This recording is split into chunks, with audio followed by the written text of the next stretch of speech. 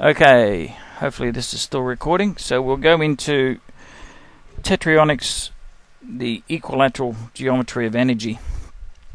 First up, what's been missing from the standard model of physics to date as it's been developed is a tangible geometry in order to further develop a lot of our math.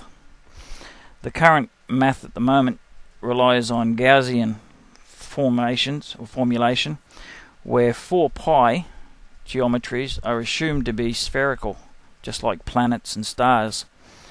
What Tetryonics will show and then further elaborate on is that the geometry, or the pi geometry of energy, is in fact equilateral triangles, and it's the tessellation or joining together of these equilateral triangles that creates the quantum mechanics that we formulate our math on, and then goes on to create all the large-scale classical interactions of Newton and gravitation, things like that. All of this material that we're going to go through today is covered in the Tetryonik PDFs of predominantly quantum mechanics and electrodynamics. They're the first 2 books in the Tetryonic series, with the first one obviously being the foundation of quantum mechanics, illustrated here on this page. Einstein said it best when he pointed out that our understanding, everyone's understanding of physics and mathematics, is basically a preconception. It's how we've come to understand either the math or the physics as it's been explained to us. And in fact, the universities do just that. They explain math to it the way they understand it, and then they test us to make sure that we've understood the way they understand it. Unfortunately, in order to break out of the mold and to create new and exciting developments in science, inevitably we have to break that mold. We have to move out on different paths, we have to explore, and we have to come up with new testable hypotheses that we can then apply and further develop science and physics in particular. In this case, what Tetryonics does is it takes quantum or quantized energy and angular momenta, which is normally expressed in the form of Planck's constant, and says that there's one form with 2 properties either side of that one form, the form being an equilateral triangle, and the 2 properties being charge, positive and negative charge. Any neutral energy quanta, or triangle, will have a positive side and it will have a negative side when left to when floating in free space and being measured. So as its charge measurement goes, even though it has the properties of positive and negative, it will in fact be neutral. And this has led to a lot of problems in the detection and the formulation of quantum mechanics in our classical, well, from our classical viewpoint.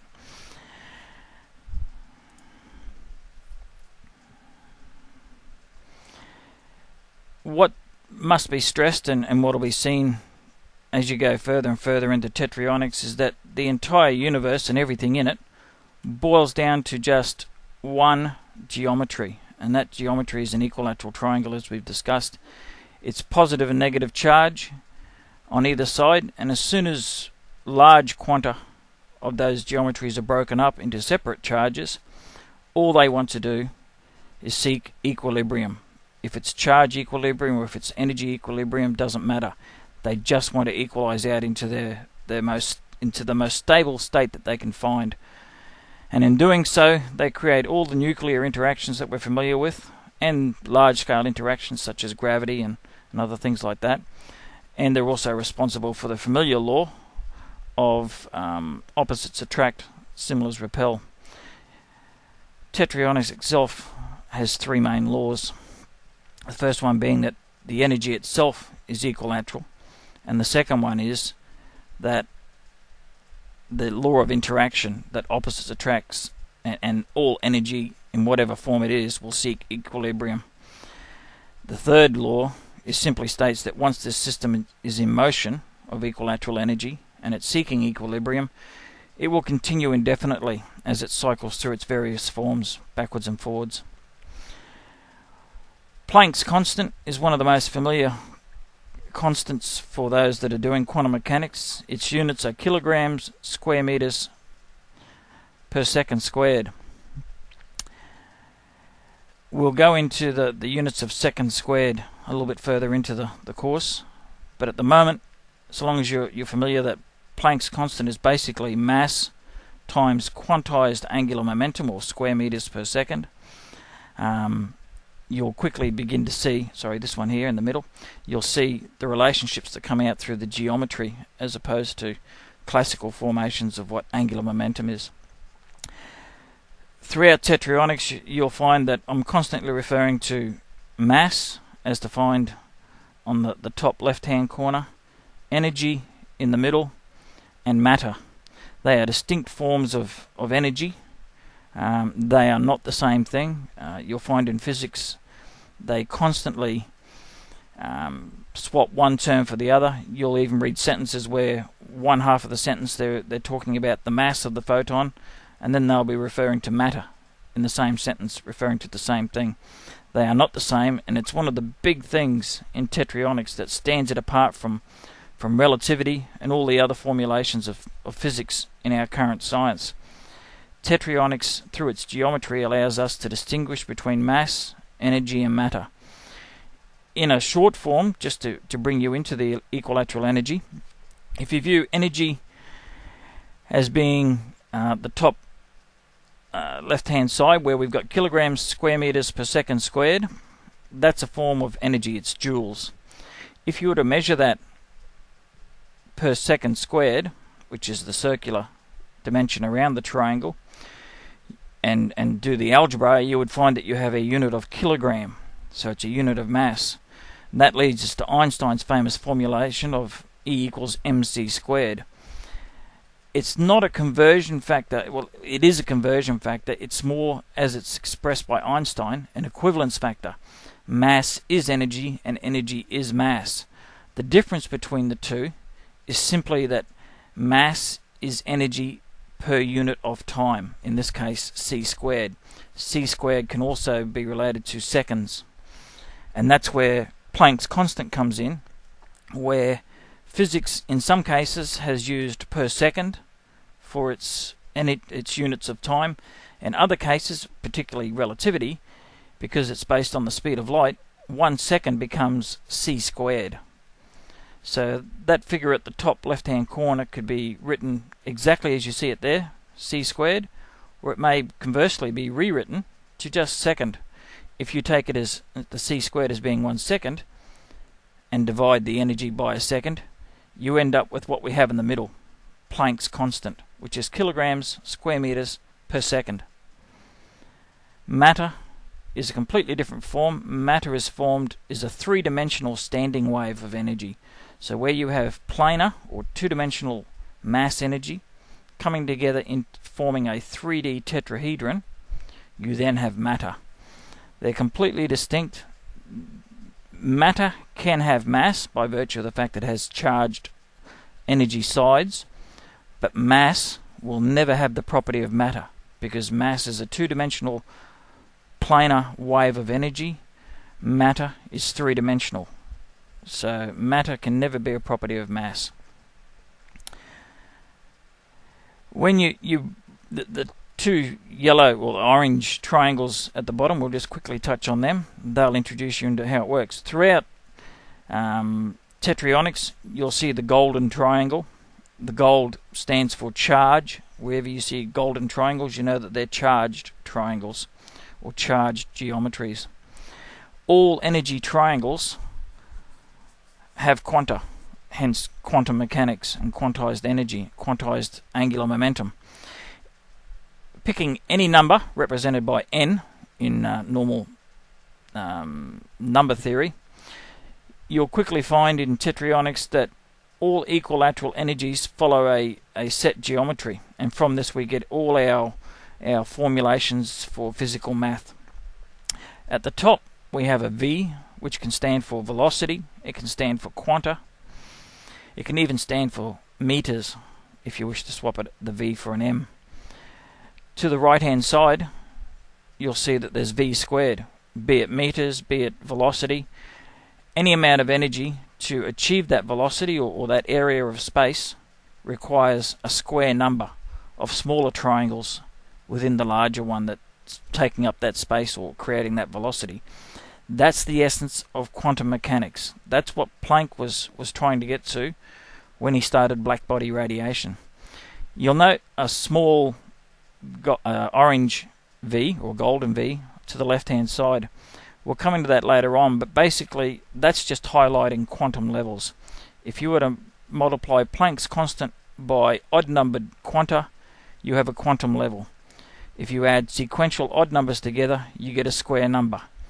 That geometry on the left there is the guiding geometry for all of physics, so far as how much energy, how much velocity, what shape the fields take, what the momenta in the fields are doing in order to create the final forces. To the right hand side, you see a 1 second circle, and we've done it in the classical explanation this way, is 1 second for the circle. Within that we have a golden triangle which represents square meters in this case. Square areas, square numbers are all equilateral. If you check the definition of equilateral, it just means equal angles. Squares have equal angles inside of them. Triangles have equal angles, so do hexagons.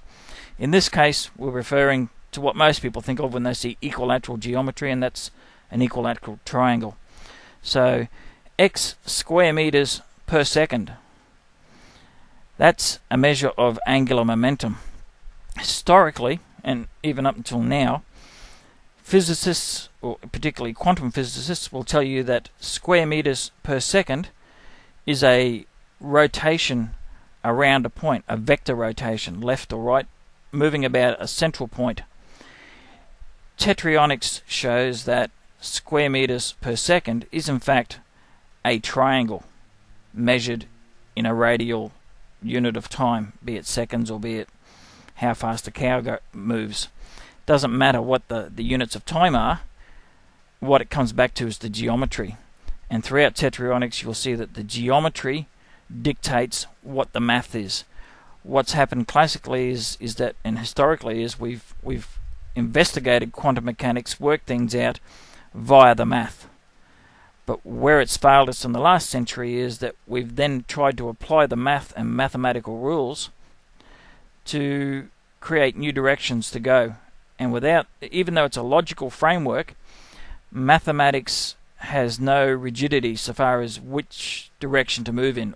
All things are possible, hence multiverses, black holes, things like that. Whereas the geometry that underlies the mathematics that we use puts very rigid constraints on what you can and cannot do. It's a tangible, fixed geometry. You can cut them out with little pieces of paper and you can build things. You can then use the math to describe what you've built, but in no way can the math suddenly say that a triangle is a square or a triangle exists in higher dimensions. The geometry is the foundation of our math.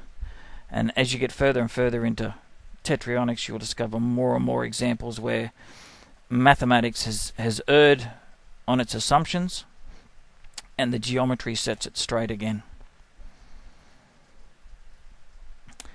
Again, just a quick slide to show that in the top right left hand corner you have the quantum levels that are all made up of odd numbered bosons. So if you ever see an odd number of Planck quanta, you know immediately that it's a quantum level anywhere, and that sequential quantum levels all add up together to form a square number, which is represented on the right hand side with coloured lines instead of the yellow quanta lines.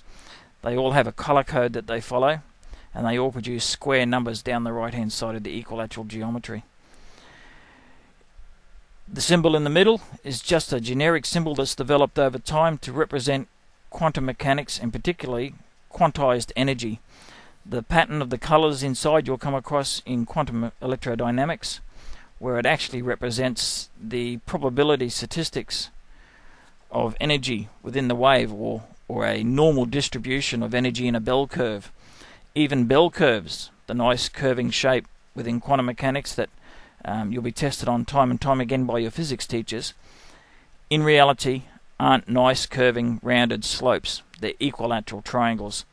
They've just been measured by us in chunks to produce nice rounded curving slopes, or in many cases in quantum mechanics, the physicists have taken the measurements and then extrapolated the nice curve from the jagged lines to produce the bell curve.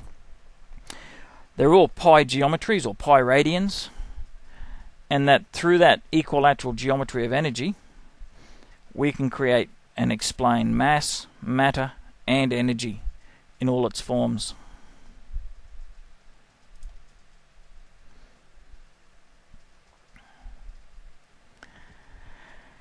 Again, as I touched on before, square areas, despite the name of square, can be any geometry. They can be circular, they can be square themselves, they can be in fact triangular, and it is the triangular geometry that forms the foundation of all other geometries. Even a spherical geometry in our large scale or classical physics is just made up of smaller and smaller increments, or larger and larger increments of smaller and smaller equilateral triangles as they're tessellated, just as they do in video games. They're all made up of polygons. In this case, the universe uses equilateral. They don't use irregular polygons. Again, here's the larger explanation. You'll see this crop up time and time again. It's what I call the learning to count symbol for mathematicians. As quantum mechanics rewires your brain, you'll slowly get used to relaying colours to numbers and square geometries to square numbers to triangular geometries. Of note here is down the centre or along the height of any triangle, any square number triangle or any equilateral triangle, you'll find a pink line in most cases, or pink numbers. They represent the square root. If you do the math and then even just look at the numbers on level 9, looking down the centre of that diagram, you count from 1 to 9. Looking across, you have 81 triangles. So if you have an equilateral energy distribution of, or square energy distribution of 81, you'll find that the square root, quite obviously, is 9. So the square roots in all equilateral geometries form the integers for all the math that comes out of it. They also happen to be the linear momentum. So if you have an equilateral triangle of x or n energy, the square root of n is simply the height of the equilateral triangle. There's no more complicated math. You don't have to worry about the formula for the square root. It's just, in fact, it's just root 3 on 2. But you don't have to know that. You just have to know the geometry. Odd numbers down the left, square numbers that arrive from adding up the odd numbers down the right, square roots in the middle. As I quickly touched on before, if you then look at all the distribution of your energy triangles, you'll find they form an even distribution, which is along the bottom. And in fact, that even distribution, when you put two equilateral triangles together, forms the wave function and the geometry of photons. All photons are 2 pi or tau pi energy geometries, and electromagnetic waves are made up of photons. So every electromagnetic wave will have an even distribution of energy, whereas a triangle or a charge boson geometry, an equilateral geometry, will be made up of a square number. It can be even and or odd. One little quirk that comes out later on as we do light is you'll find that to go from one quantum level, one square number, to another within the atom to release light or to transition in quantum jumps requires to get rid of sequential odd numbers of energy. For example, in this one, to give you a quick example of why I chose 100 squared, if you look at an energy level of 81 or 9 squared, and you were to jump all the way down to energy level 1, which is 1 squared, you would have to get rid of 80 81ths or 80 out of the 81 triangles that are there. So you've got 81, you get rid of 80, you're left with 1. That's an energy transition in quantum mechanics from level 9, because 9 is the square root of 81, down to level 1. If you divide 80 by 81, you'll actually find a number that's rather coincidental and amazing. The number in your calculator will come out to be 0.987654321. A pure quirk. It's just something that comes out, and because of that, I based all the geometries that you see there usually on level 9, so that you get that lovely sequence of 987654321. You'll see this geometry crop up time and time again. Without the circle around it, this geometry in your own mind should immediately mean energy geometry. Were it to have a circle around it, be it seconds or be it c squared, it would immediately be mass. That's the only distinction between mass and energy in quantum mechanics, is that the unit is measuring energy in a unit of time. So if you see a circle around it, you know it's mass. If you see no circle, it's energy. In all cases, two-dimensional energy or mass energy will always be represented in Tetryonics' unified field equation as n pi. N meaning two-dimensional or planar. If it's referring to the energy or the geometry of matter, it will always, wherever I've managed to correct it, always be referred to as tau pi, or capital T pi, to represent tetraionic or 4n pi geometries. So if you see an n pi, it's mass energy, radiant, expanding outwards usually. If you see T pi or tetraionic pi, you know it's immediately a standing wave geometry of matter. Again, we'll quickly touch on these.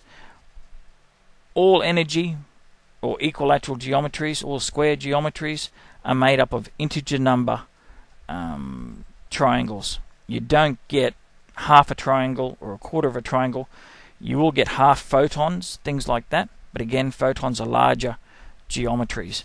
So far as a single equilateral triangle, it's always whole numbers or integers in any other geometry that you'll come across in physics.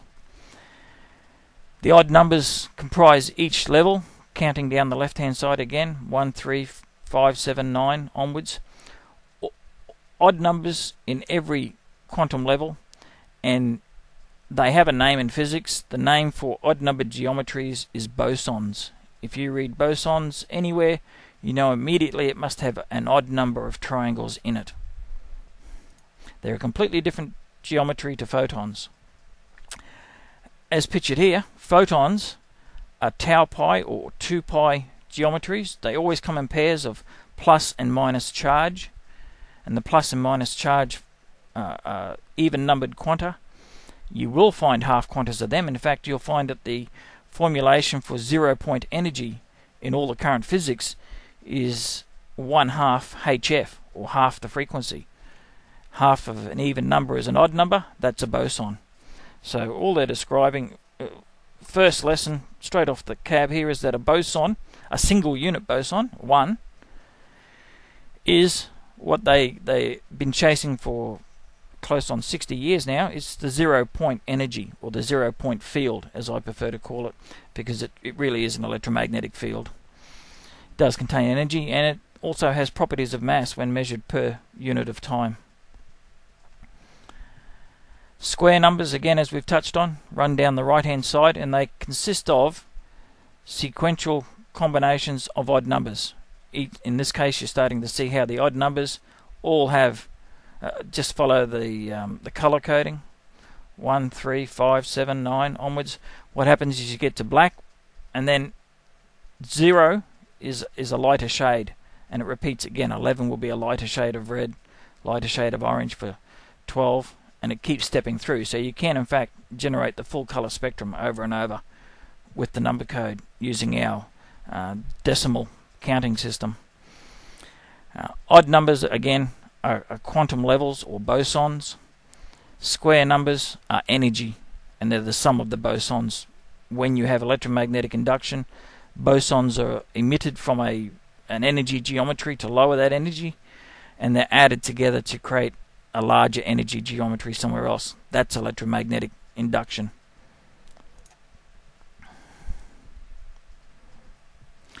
The square root, mathematics has, I call it square root of n. Mathematics will say square root of positive or negative imaginary numbers. It's just a quirk of mathematics and how it's written in its logical grammar, as they like to say. I or n, whichever prefers. The plus and the minus, although in mathematics they are imaginary so far as the square root of -1 and things like that. In physics and in quantum mechanics, you'll see that the square root of -1 has a real physical property, namely the square root of negative charge. Typical math things spread throughout it. Just a quick summary. There's more in the 5th book that I wrote, Geometrics, where I lean heavily towards the math and relating the geometry to it to explain things for everyone.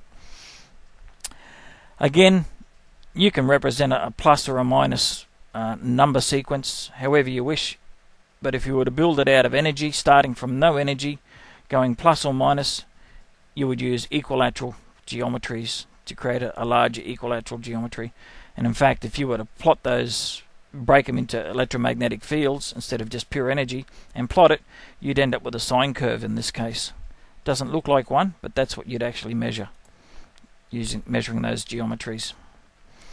Irrational numbers pop up everywhere. They've been a constant frustration and a source of many theses for mathematicians, investigating where they come from in physics, what their source is.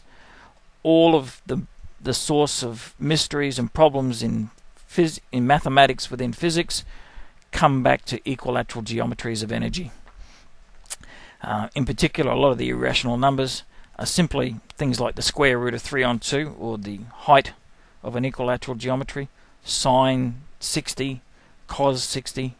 They crop up because our mathematics has a hard time rationally or correctly explaining what geometry can just show you.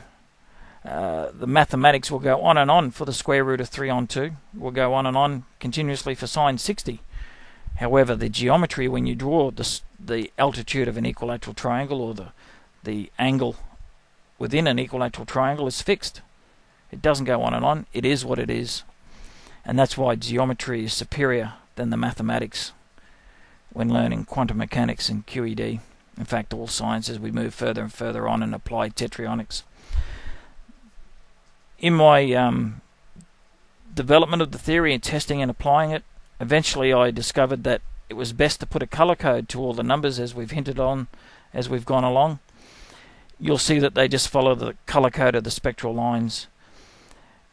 It takes a little bit to get used to it. It does flow naturally, and after a while you'll become slightly intolerant of people that mix up the colors in the color code for the sake of it, particularly where they're applying to number sequences.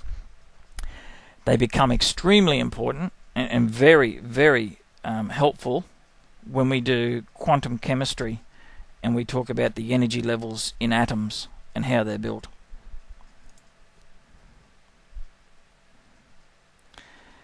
Again, just quickly, all the math you want, all accurate, nothing wrong with the math. But the problem with math is it's hard for people to visualize and to understand as they're learning it.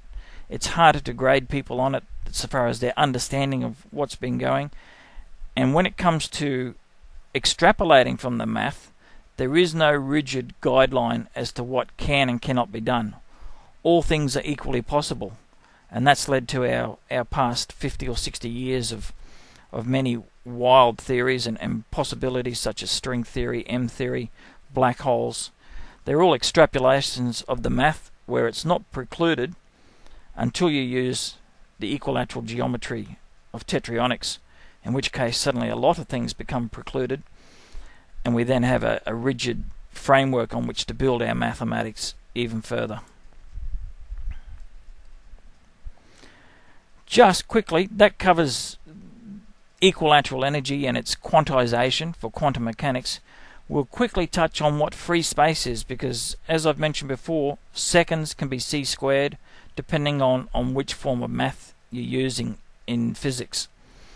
In this case, Tetryonics defines free space as any region or any volume, particularly in most cases.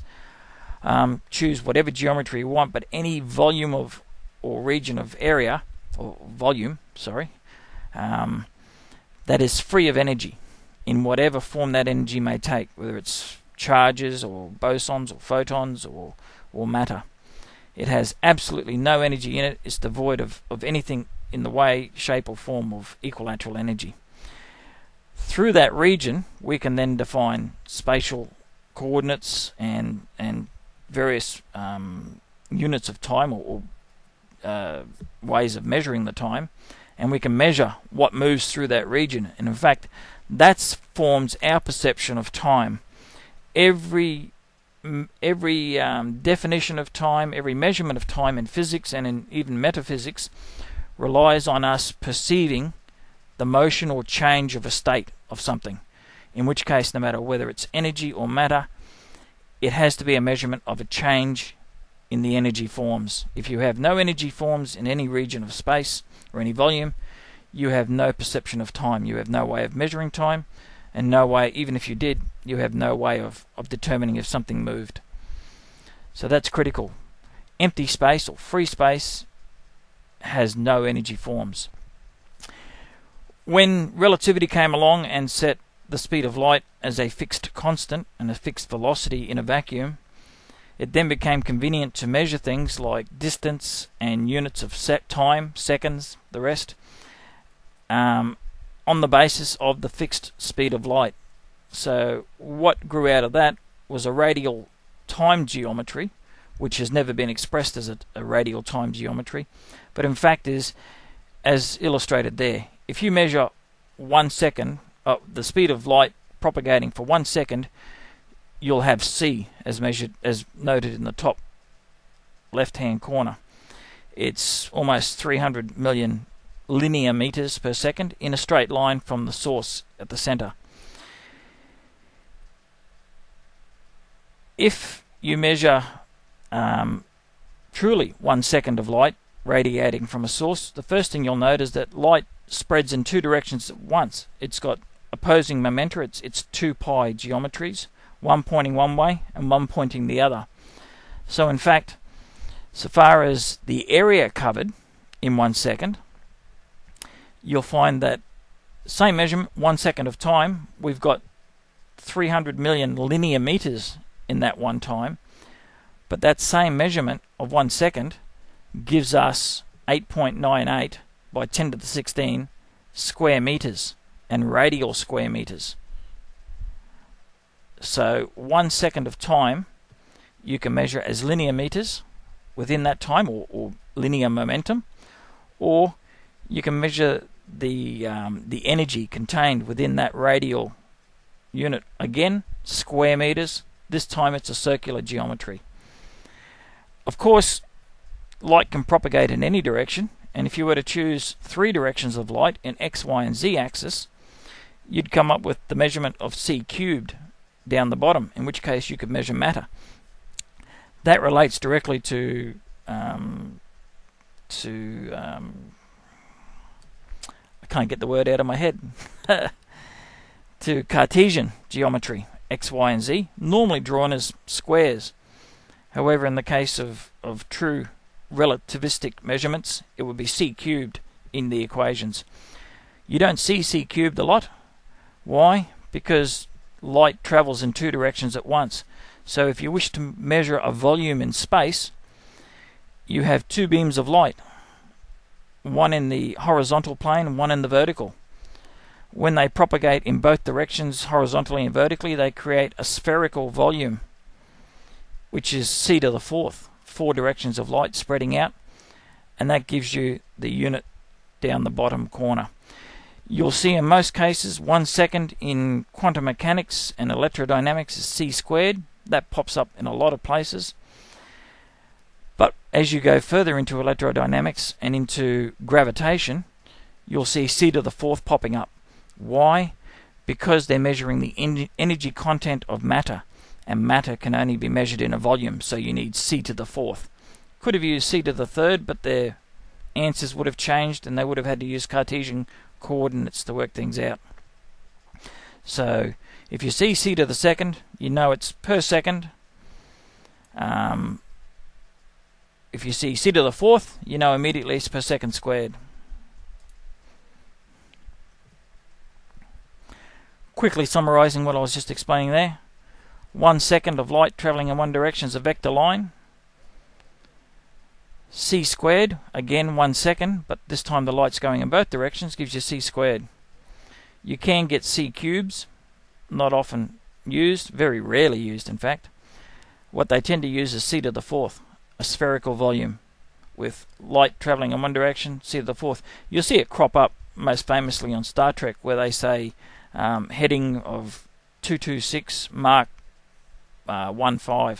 All they're doing is giving the degrees in one direction, and the mark just says the next set of degrees will be in the second direction, to give you any direction in a volume. So from those, the two numbers, 1 mark or x marks y, you can then go in any particular direction or specify any direction.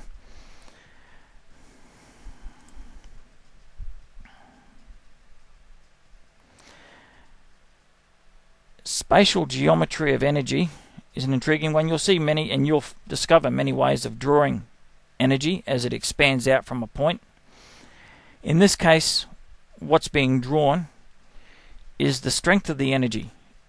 At the very center, it's an 8 squared. 1 second later, it's 7 squared, then 6, then 5, then 4, then 3, then 2, then 1, as it propagates outwards from a point. That quickly tells you that as it propagates out from a point, all energy decreases at the square. It's an inverse square law for the propagation of energy from a point. Were you to draw the circles around this energy as it weakens, as it goes out, you would find that you're obviously taking mass measurements per second. And as you measure each one in bigger and bigger increases of time, the energy, the mass becomes less and less, because the energy content is weakening per second of time. You don't often see it, because you don't often see energy by itself. Most times in quantum mechanics, energy is measured as mass. But where you do see it as pure energy radiating out, you'll see it as nested triangles within each other, just as drawn there. Velocity has the units meters per second. So using equilateral geometries, where the quanta, or the equilateral energy, or the unit being measured per second, has an equilateral geometry. Obviously you've got a square, equilateral square meters, within a radial geometry of seconds, or c squared. So to get meters per second, all you want is the square root of square meters per second squared, or square meters per second. So that's the linear line. So if you now start visualizing pink numbers as velocity, acceleration, momentum, things like that, you get a very quick feel for tensor mechanics, as in tensor of 0 is just a straight line. You get a very quick feel for force.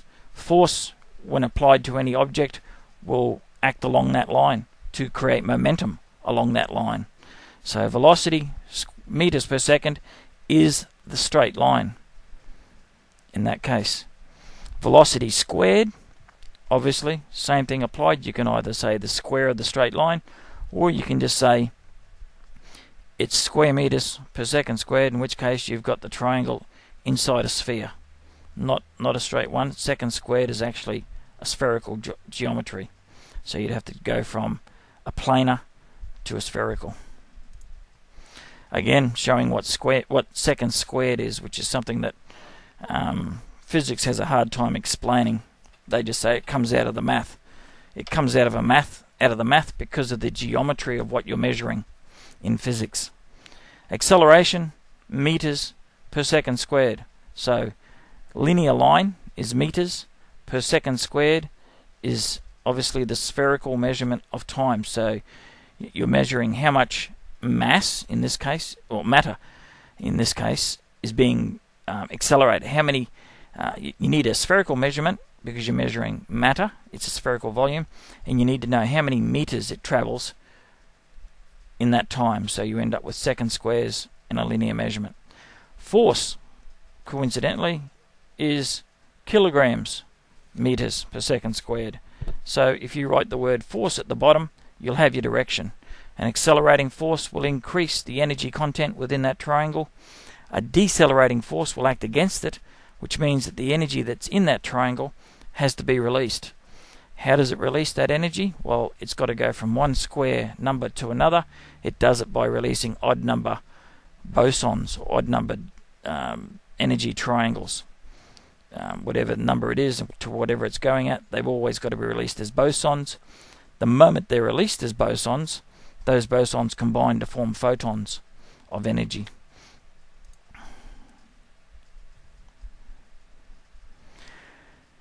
Here's the big one. We've touched on the equilateral geometry being applied backwards and forwards, and how it relates to square numbers. When you look at quantized angular momentum, classically it's drawn and explained as a rotation around a point. That comes about because of the way it was written and developed over time from measuring large scale classical rotations about a point. In fact, that still applies to atoms, but when it comes to what I call quantized angular momentum, that again I'll quickly touch on the distinction. Quantum angular momentum applies to the rotation of an atom about its axis, its spin if you like, as it's sitting in one spot like a spinning top, it's rotating. That's a classical rotation of an object about a point, so I call it quantum angular momentum. Because there's many quanta making up the quantum of an atom. In the case of quantized angular momentum, or angular momentum that has been chopped up, it will always chop back up to its smallest geometry, and that is of an equilateral triangle. An equilateral triangle, we've now clearly shown, is a square geometry. So if you mark the top of the triangle, the apex, as meters, and you measure the area that that triangle takes up in 1 second, you would have a measurement of square meters per second. That's the units of quantized angular momentum, or quantum angular momentum. That's always been misdescribed. So when you see QAM, or just a big M with throughout Tetryonics, you immediately know that it's just the geometry that creates this measurement. When you add more and more angular momentum, or quantized angular momentum, to a system, you're adding obviously more energy, but you're adding more triangles. So any measurement of quantized angular momentum, if you're increasing the angular momentum or decreasing it, you're simply adding or subtracting how many triangles are in the geometry that you're measuring.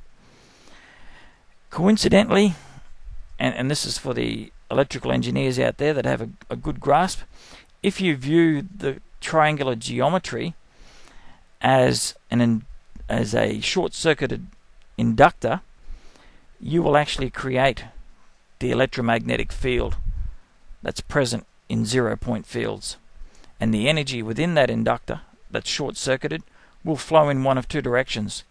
And that's the drawing here, where I've said that a rotation about a circle, classically square meters per second, is equivalent to equilateral geometry of square meters per second, as drawn there. The electrical engineers that do this, that view this, may find it easier to view these triangles as short-circuited inductive loops. That will help them understand the origin of mass within matter. It's the resistance of the energy in a short-circuited inductor that creates mass in all the matter in the universe. So you'll come across that further in later sections. Planck's constant obviously then can be shown to be a plus or a minus equilateral geometry, where we're measuring the geometry itself, square meters per second, which is the angular momentum, or quantized angular momentum. And we're also measuring the amount of energy in that same unit. So energy per second is mass. The unit for Planck's constant, the quantum of action, is kilograms square meters per second, or kilograms angular momentum. It's always been argued by physicists that the angular momentum component relates nothing to do with angular momentum. It's a quirk of the math. In fact, it's directly related to angular momentum. It's just that they didn't have the geometry to explain the difference between a vector rotation and an equilateral geometry. So Planck's constant, our unit of action, or smallest amount of force, the energy that creates the force, can be described as mass, or equilateral energy per second, as well as containing angular momentum. Now, if you have angular momentum per second, or per c squared, you'll actually find that it's the units of charge. So if you take 0.0012, which is the square meters that a Planck quanta takes up, 0.002 square meters per c squared gives you 1/12 of the charge of a proton or electron. And it is that 1/12 charge that combines to form all the matter in the universe, along with light and such. The reason why it's always been so confusing with Planck's constant is because sometimes Planck's constant is described as a unit per second, square meters, kilograms square meters per second, which is a classical measurement. Sometimes the mass content is calculated relativistically using Einstein's formulation of E equals mc squared, in which case instead of seconds you're using c squared. So the mass energy content is measured in c per c squared. The angular momentum, or the triangular geometry per second, is measured in seconds. Seconds and square meters, as we've already discussed, are equivalent. So Planck's constant is actually a confused constant that comes about because when we developed quantum mechanics, we were in the midst of also developing relativity, and we never defined the difference between seconds and c squared, which is why I went back over it very briefly before to say that where you see c squared, or per c squared, a circle around energy, you know that's the same as a second. Planck's constant has just confused it. All Planck's constant is energy that has charge. If you measure the angular momentum, you'll have the charge. If you measure the energy, you'll have the mass. If you look at the geometry, you have the angular momentum. They're all features of the same thing. They're all equilateral geometry, measured and calculated and expressed in differing mathematical ways. Again, the mass-energy geometry, here we go, highlighting it. You'll see throughout Tetryonics, you'll see E equals mv squared more than you'll see E equals mc squared. Mc squared is a specific formulation for mass-energy equivalence. The general formula for the geometry of energy and its relationship to mass is E equals mv squared. That's a formula that Leibniz first generated back at Newton's time. Newton formed his formulations on the changes of momenta in a system, or the square root of energy. Leibniz, however it's pronounced, did all his measurements on energy. And it wasn't until later, I think it was de Châtelet, came along and proved that the kinetic energy is half of Leibniz's energy. So if you want half of the general formula for energy, you would see the blue section of that triangle, which forms half of it. The blue diamond section is the kinetic energy. The aqua section of the energy is the magnetic section, or the magnetic moment. So E equals mv squared is the true formulation that arises for energy, velocity, or mass energy relationships with the energy mass relationship and the velocity relationship to any of those three. It just happens that where the velocity of light is c, or the velocity of energy is c, you get E equals mc squared. The measurement of mass is exactly the same as the measurement of energy, as we've shown. So whether you use quantized mass or whether you use scalar mass, one is the scalar mass being just all the mass or all the energy within that equilateral geometry in a second. Quantized mass just chops it up into a number of quanta and re-expresses it as a n number. Again, always an integer and always a square number for each equilateral triangle. So from that, we can show that mass is a scalar measurement, as in a complete measurement of the field, of the energy in a field per second, and we can either describe it as mass velocity squared, or in the case of energy that's quantized, we can call it Planck's quanta squared, h nu squared. In Tetryonics, obviously the Greek letter for nu is almost identical to the classical v for velocity, and in fact they're the same relationship. So by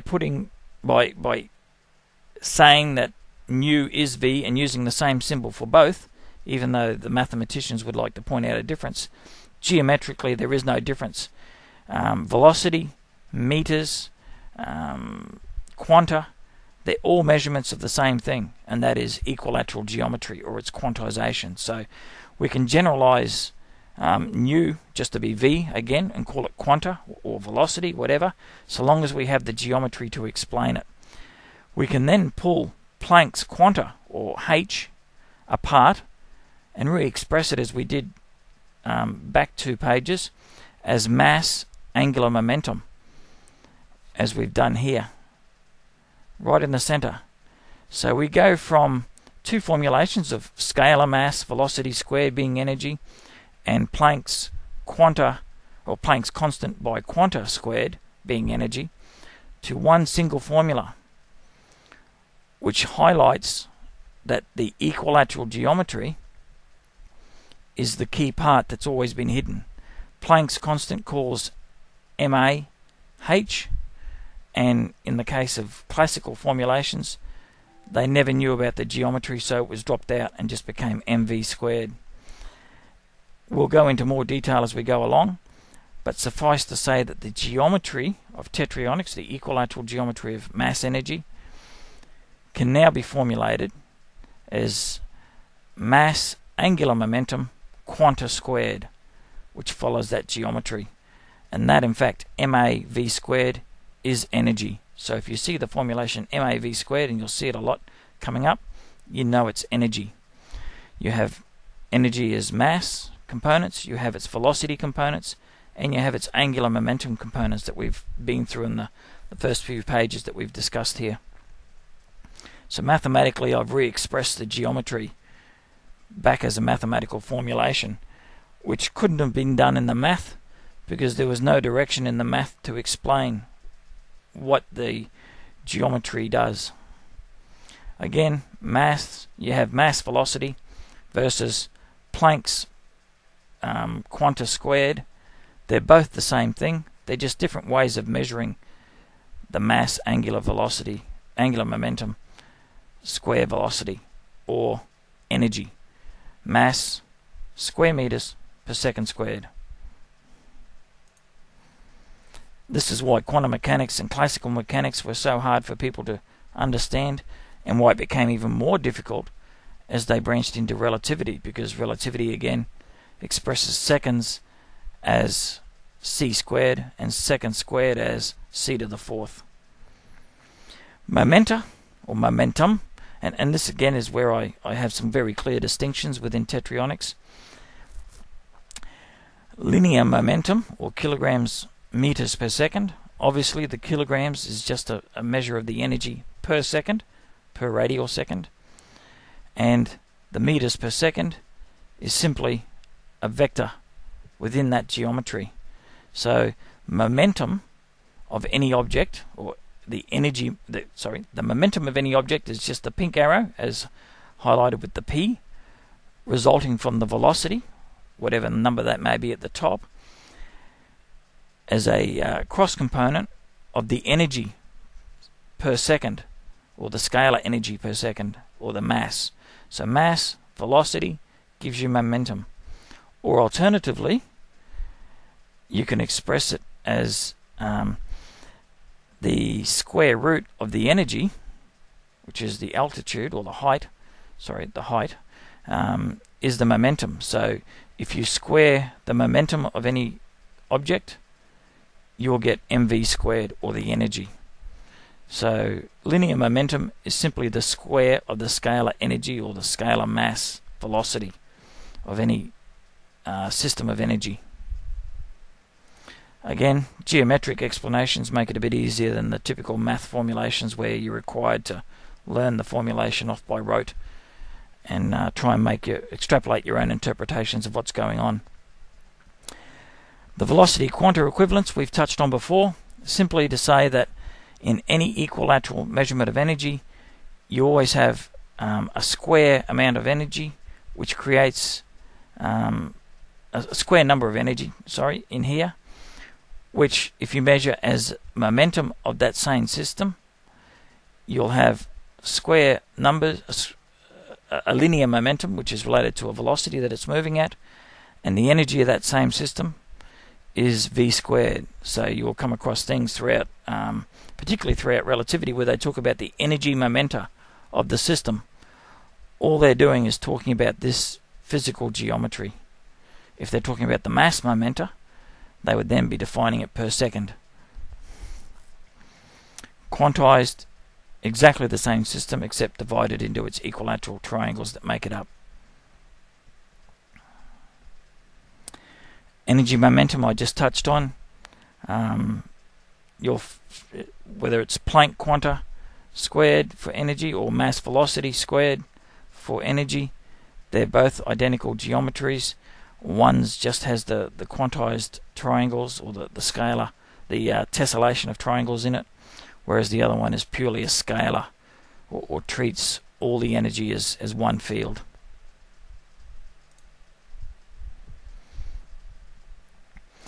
Charge, as I quickly touched on, it's an electromagnetic property. It's not defined in physics other than it's a property of one body to emanate a field that allows it to interact with another charged object at a distance. Tetryonic geometry now specifies charge to be the quantized angular momentum per second, or per c squared. If you're to do it relativistically, you would obviously say per c squared. If you quickly do the math, the algebra on the math of angular momentum per c squared, you get seconds. It's a measure of time. Positive time, you can say rotates to the right. Negative time, you can say rotates to the left. If it's negative time, it's negative charge. Positive time is positive charge. It's not time travel, as relativity and its mathematical proponents will tell you. It is just a measure of charge. And in fact, coulombs and amps, again, are just a measure of, in the case of Coulomb, it's seconds per kilogram, a strange unit. But when you take the inverse of it, current, which is the measurement of electrons past a point, is a measure of the mass per second going past that point. So, as all matter and all electromagnetic fields are made up of energy, when you measure that energy per second, you have a measure of mass moving past a point per unit of time. Kilograms per second is current. Seconds per kilogram is a measure of Coulomb, or the geometry that mass takes. So charge, poorly, if almost not explained in quantum mechanics and quantum electrodynamics presently, is now revealed to be the geometry of energy. Again, positive and negative charges is just opposite sides of the same energy geometry. Moving us into the electromagnetic field geometry that energy creates.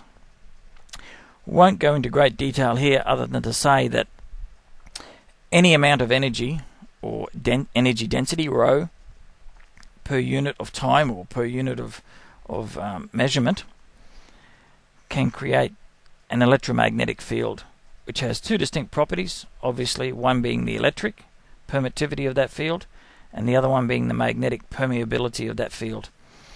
Maxwell was the first to combine those two discrete components, electrical fields and magnetic fields, and came up with the value of the inverse of c squared. We already know that c squared is just a radial measurement of time. The inverse of a spherical geometry, if you were to cut out a circle and fold it in on itself, you get an equilateral triangle. So the electromagnetic field is just the discrete energy geometry of energy within the equilateral geometry. If you take the square root of 1 over c squared, as Maxwell did, you find you have a linear velocity of c, or 299,792,458 meters per second exactly. So that's how Maxwell discovered the velocity of light, or the speed of light, and that's what led us down the path of using higher and higher orders of mathematics to explain physics. Charge geometry, you can go into this a little bit more detail if you want, but in essence, the positive and the negative geometries of charge are opposite sides of the same energy geometry. Think of it as a coin that's equilateral in shape. One side is heads, one side is tails. Simple as that. These geometries, from an electrical point of view, can be viewed as inductive loops with energy circulating to the left or to the right, creating positive or negative charges and specific dipole arrangements in the inductor. Equilateral energy comes together through its charge geometry interactions to form larger and larger groupings, either bosons, photons, or matter. The quantized energy, or the plus and minus charges, are always described in Tetryonics as black for negative, red for positive, forming a Q, an orange, quantized charge. They come together with their quantized charges to form a net charge. Most cases, following the second law of Tetryonics, charge and energy will seek to form equilibrium. So you'll find that these plus and minus charges will come together to form a blue or a neutral net charge of 0 in the case of neutrons or neutrinos. Where they don't, you'll find elementary charges like negative 12 charge for an electron and positive 12 charge of a proton. Those two charges then want to still equalize under the second law. So they come together to form a neutral charge, hydrogen. Where it's still quantized and interacting, I do a lowercase q. Where they form a large matter object, I note it with a capital Q. You will find in most cases this capital Q will be on the left-hand side of illustrations with the geometry.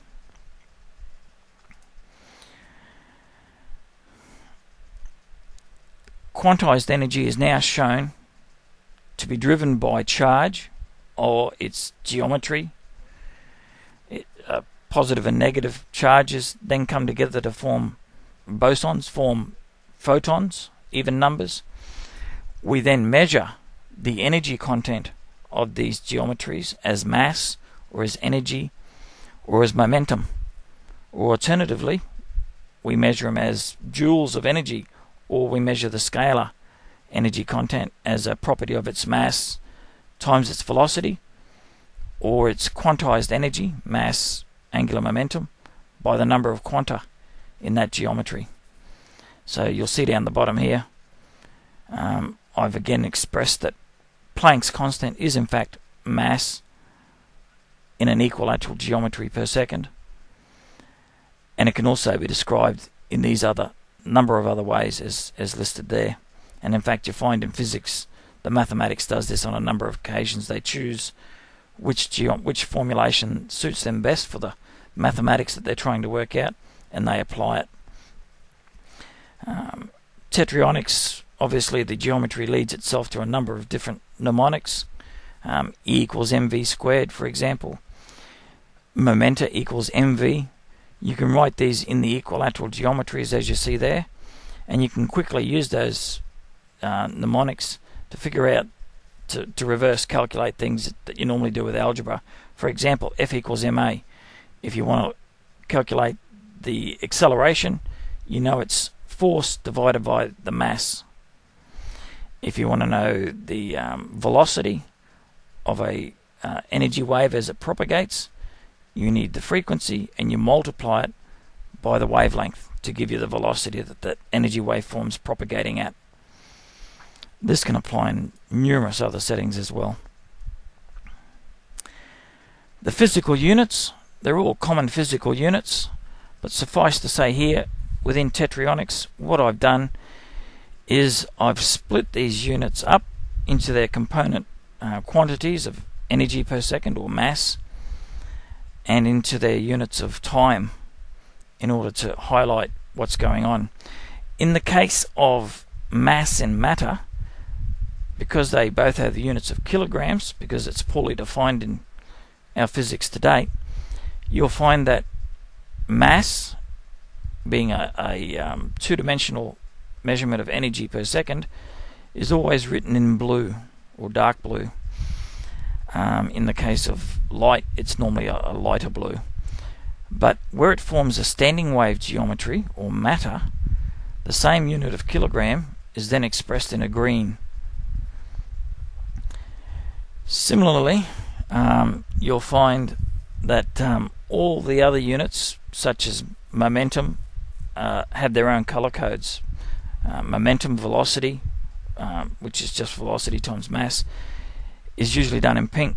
And as you get familiar with Tetryonics, you can then go back through the work again, and you might want to concentrate on the velocity relationships of energy to everything else.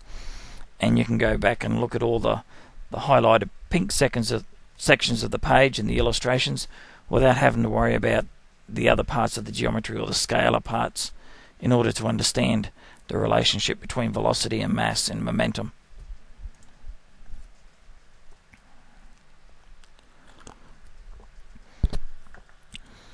Tetryonic geometry is just the equilateral geometry of energy.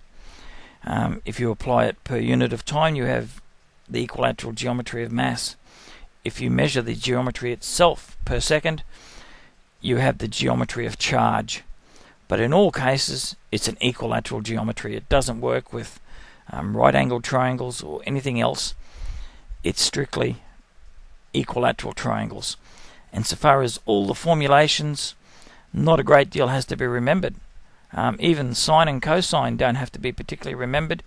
As you become more familiar, you'll be able to pick the patterns of sine and cosine purely from the geometry of the photons as they come together. Again, highlighting that whereas Tetryonics relates all physics, quantum and classical and relativistic, to equilateral geometries of energy and momenta, or energy momentum, relativity, as it's currently formulated and expressed by the mathematicians, doesn't have the equilateral geometry, and in fact they base all their formulations and express it in right-angled triangles, which for the student just adds a layer of confusion to the entire subject. Over time, the right-angled triangles and the illustrations you see on the right will be replaced in textbooks, and we'll move back to the left-hand side. For example, that picture on the right shows you the kinetic energy, the scalar energy of an object in motion along with its momentum.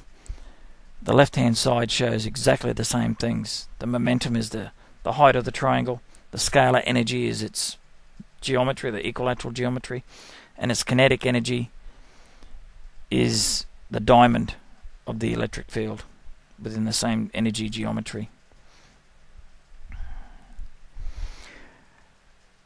You'll find pi popping up throughout physics in a number of places. Einstein's formulations, Coulomb's constant, formulations for gravity, for Heisenberg's uncertainty principle, all sorts of places. One of the great assumptions of mathematicians, who are often prone to saying that mathematics is the language of physics. It might be the language, but equilateral geometry is the grammar. It tells the language what it can and cannot do, what can and cannot be spoken. And that's what's been lacking to date. Mathematicians have been now, in the last 30 or 40 years, creating their own sentences. Whereas using equilateral geometry, the grammar is now imposed on their math to say that you can only go and do certain things.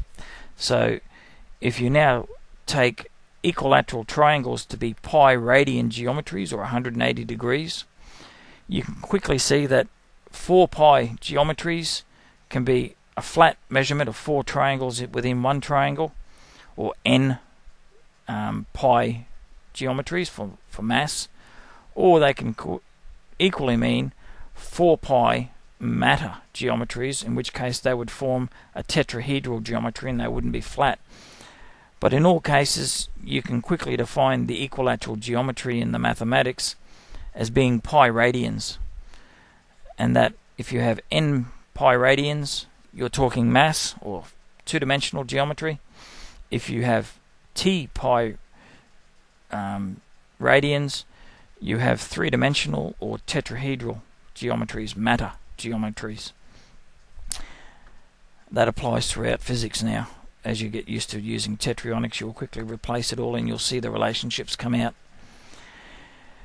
Energy, when you start measuring the physical characteristics of equilateral energy, you will see that it's quickly measured in 2 different ways, namely the electric field, or the electric permittivity of the field, versus the magnetic permeability of the field. Permittivity and permeability are just names that were given to physical characteristics to describe it, and in fact their units are even more confusing to the average person. Tetryonics will again relate everything back down to just energy per second, or per unit of time, or mass. You'll note that in the case of electric permittivity, it's a diamond shape within the equilateral geometry, and that the magnetic dipole is always 2 magnetic poles separated by the electric field. The electric field and the magnetic field, in all cases within the equilateral geometry, are equal. The 2 pi electric field is equal to the 1 pi plus 1 pi magnetic fields. You don't have magnetic monopoles. They can cease looking for them. The equilateral geometry dictates, as per Gauss's mathematics, that there is no such thing as a magnetic monopole. They always form in dipoles. Again, backed up by, if you consider it as a short-circuited equilateral inductor. You short-circuit the inductor, it creates a north and south magnetic pole, a flow of energy which then resists change to its energy levels, which is electrically equivalent to mass. A pi geometry, again, being the equilateral geometry of the energy field. It's always a square energy field, and it always has an electric and a magnetic component. Again, in the case of the energy fields, or quantized energy, if one side were to be measured electrically as being a positive charge, and you were to look at the opposite side of that same energy field, you would measure a negative charge. Mathematically, that's formulated as a Lorentz transformation of the fields, but geometrically it's just looking at the energy from the opposite side.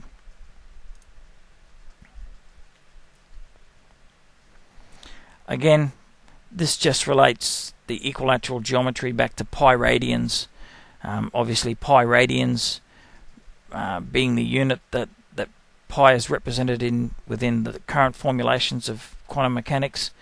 The equilateral triangle is just another representation of a pi radian. Mathematically, not exactly the same, because obviously mathematically a pi radian is 57.295 degrees, whereas an equilateral is 60. Again, while the mathematicians might be prone to say, oh, there's an error, it's not pi radians after all. In fact, it's the math that's in error, because the math was trying to fit pi radian or pi geometry into a spherical geometry for physics, when in fact it was triangular all along, and the triangular geometry is 180 degrees. If you put two 180s back to back, you have a full 360 degrees, and you have the geometry of a photon. If one field is positive, the other one's negative. If you move through the electric fields of the 2 pi geometry, you start back up, you do a full cycle or a frequency of light. Again, the geometry points out and reinforces that equilateral triangles are pi geometry within physics, not the error that mathematicians will quickly jump to. In fact, many of the many points in mathematics will be corrected and explained using the physical equilateral geometry of energy throughout Tetryonics. Quickly again, energy field geometries are square energy fields on the right hand side, made up of sequential odd numbered bosons on the left hand side. You can measure them as energy, you can measure them as in units of time as mass, you can measure their geometry or their charge as they come together in their quanta. They can combine with two opposite charges to make a photon of energy. In the case of charge, which is what Max Planck was measuring when he was doing his blackbody radiation, the bosons are always expressed as E equals hv, or integer numbers of Planck's quanta, odd numbers in this case, whereas Einstein formulated photons of light E equals hf for frequency, which of course are positive and negative geometries back to back.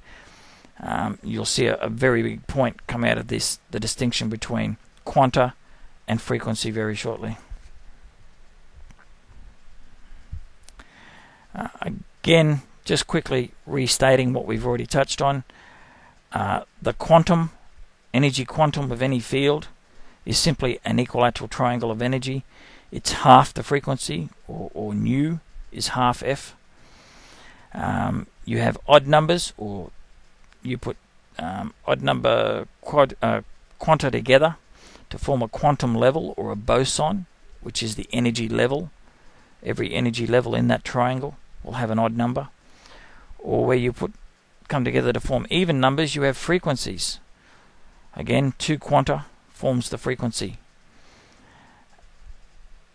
of energy within any physical system. Very quickly, if you were to draw it in the simplest possible geometries, the equilateral geometry of energy with a circle around it means its mass, or energy per second, and the rotation, the geometry, the equilateral geometry is, if expressed as an angular momentum, or a classical angular momentum, could be drawn as a circle. So this is another way of drawing Planck's constant mass, kilograms per second.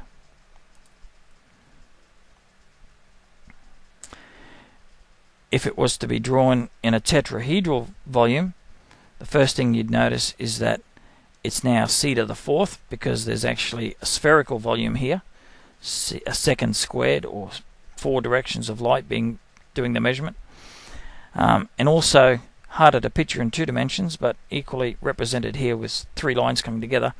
The energy is no longer a flat equilateral geometry, it's a tetrahedral geometry, and mass, which is designated with a small m, is now called matter because of its tetrahedral 3-dimensional geometry, and it's always designated with a big M. You never designate mass with a capital M, even at the beginning of sentences. You keep it as a small m. you will find that the word matter can be used in English as well, in which case it's used as a lowercase m. But where the physical units are described, small m for mass, big M for matter, which helps reinforce Tetryonic geometry and clears up physics once and for all as a distinction between all three properties. This again is just a representation of the various ways of measuring energy. You can measure it as a scalar energy, or velocity squared. You can quantize it as Planck's constant by the number of quanta per second, or you can measure it as Newton did via its momentum, or the force that it applies onto other objects. In short, top of the triangle here is how Newton calculated all his work.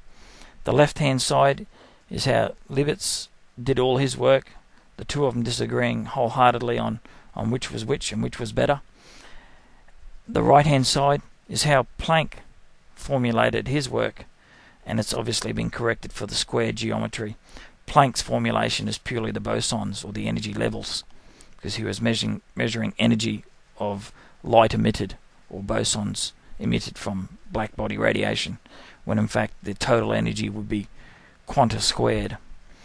You can combine them all into the relationship that exists as pictured in the middle, but all those formulations are describing just exactly the same energy, but via different mechanisms in physics. Again, mass, energy, matter. The big thing to take away from this picture here, apart from mass being a measure of energy per second and matter being a tetrahedral measure of the same thing, is that using Einstein's E equals mc squared only applies to standing wave matter, where mass energy is released from that geometry in the case of a nuclear explosion, or measuring photons of light moving in a vacuum. Photons will slow down if they move through water, so on, so they'll have a different velocity. It is much more correct to use the general formula E equals mv squared for all mass velocity relationships, and just point out that the velocity happens to be c in the case of matter collapse or measuring photons moving through a vacuum. E equals mc squared is just a specific example of the more general formula, E equals mv squared, and E equals mv squared is what the geometry shows us. Again, if you apply that to the spatial geometries, because matter is a tetrahedral geometry and it's measured in seconds squared, it has the units of c to the fourth, in which case the energy in matter is related through the formulation E equals mc to the fourth, not c squared. The energy in the standing wave is moving at the speed of light, hence the c. It will always be that way, but because of the volume, the seconds squared that it's measured in, it should be c to the fourth to get the right energy units, because you'll see later on that the matter geometries have absolutely nothing in them. The only thing that makes a matter geometry is the energy in each of the four sides, or the mass per second in each of the four sides. And the matter itself is completely empty inside. All its energy is contained in its charged fascia. Again, using that formulation reinforces the geometry of Tetryonics and the relationship that the geometry shows us. When you have charge and kinetic EM fields, they all are equilateral geometries, but they have different formulations. And this purely relates to the measurement of the fields and what's being measured. In the case of charge, it's the entire field that you're measuring, the geometry. Again, square meters per second per c squared is charge. So you can measure the scalar energy of that field. You can take the square root of that energy and measure the momentum. Again, you can square the momentum and get the energy. mv is the momentum. mv squared is the energy, or you can formulate that in Planck's formulations. You'll find as you get used to it with Tetryonics, a lot of the different formulas for quantum mechanics and classical physics are just different formulations of the same energy. So it's just like somebody calling a zebra a black horse with white stripes versus a white horse with black stripes. Exactly the same animal. One person described it one way, one the other, and we end up with numerous different formulations that we all have to learn. The geometry rationalizes it all. In the case of the kinetic energy of an object in motion, which is the right-hand side of this drawing, the kinetic energy field, or what I call the chem field, K-E-M, is split into two things. Again, you have your electric field, as illustrated in the top right, and you have your magnetic field. Any object in motion creates a magnetic monopole, or a magnetic moment, dipole I should say, magnetic moment, as a result of its energy of motion. Historically, they're not related to each other. Einstein does attempt to explain it in special relativity, but for the wrong reasons. What the geometry shows you is that as all energy is equilateral, the kinetic energy is actually a measurement of the electric field, and the magnetic moment is the magnetic field. So whereas kinetic energy is a half mv squared, or in this case the mass matter, by its velocity squared, the chem field is in fact just mv squared, the standard formulation. So two different formulas, but when you dig into quantum mechanics you'll find that they're equal to each other, and in fact they are the same field, just measured again. Some people measured the magnetic moments or the transverse masses, other people measured the longitudinal masses or the kinetic energy of the object and came up with the formulations, but they never put two and two together to form a generic formulation of mv squared for the chem field. The chem field is the chem field will reveal a foundational error in special relativity, which along with charge geometry will completely rewrite special relativity into a new formulation, that of Tetryonics.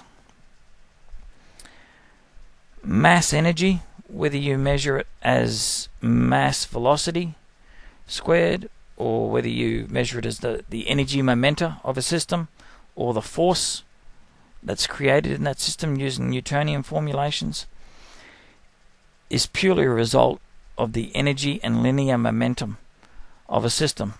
If you quantize it, you'll have small amounts of momenta in each quantized bit of energy. If you take a scalar view, you just have one large square root or momenta for the scalar energy, which in this case will be mass. So mass energy momenta is the same thing as mass velocity of a system. Again, the mathematics has made this a lot more confusing than it needed to be, because there's different formulations for the same thing. Tetryonics can now be fully explained as the charged equilateral geometry of mass, energy, and matter. It's a measurement of its angular momentum, which is its geometry per c squared, gives us charge. The energy itself has the properties of mass, velocity, and angular momenta. Odd number quanta coming together form bosons in quantum mechanics. Even numbered quanta coming together in plus and minus pairs form photons of energy. And where four come together in a standing wave, we have matter. They all follow the formulation seen in the middle there, where tau pi, or capital T pi, stands for tetryonic matter, or 4n pi geometries, three-dimensional matter. Epsilon naught, mu naught, stands for the electromagnetic field, or the triangular geometry, where you've got an electric and a magnetic component per second squared, and that's all it is. It's when you re-express The electromagnetic field, you re-express it as per c squared, or c squared inverse. And mass, angular momentum, velocity squared is energy. So if you were to break that formulation down even further, you could re-express it to be matter is electromagnetic mass energy in a three-dimensional geometry. That formula is the unified formula for mass energy matter, and it replaces Einstein's stress energy tensor in physics. Again, mass energy momenta, as expressed by Einstein and by Newton and Leibniz, contains the properties of mass, energy, angular momentum, linear momentum, and time, or charge.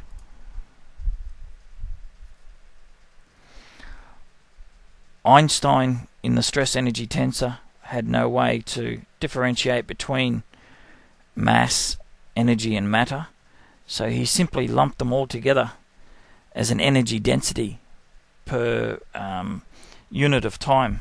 In his case, c squared for relativity, or c to the fourth for general relativity. You'll note there the left hand side would relate to mass or special relativity formulations, kilograms per square meter, a linear equilateral geometry of energy. The right hand side expresses the matter geometries, or the standing wave geometries, where matter forms each charged fascia, and again it has to be a measurement of kilograms per cubic meter, and this is where the geometry shows up again, where the math has gone wrong. Normally, to express cubic or Cartesian geometries, cubic meters, in using units of light as the basis, you would have c cubed for your units. However, relativity uses spherical volumes for their volumetric measurements of energy in the stress energy tensor, and they're c to the fourth. So even though it's kilograms per cubic meter, it still remains a formulation of rho energy density per c to the fourth.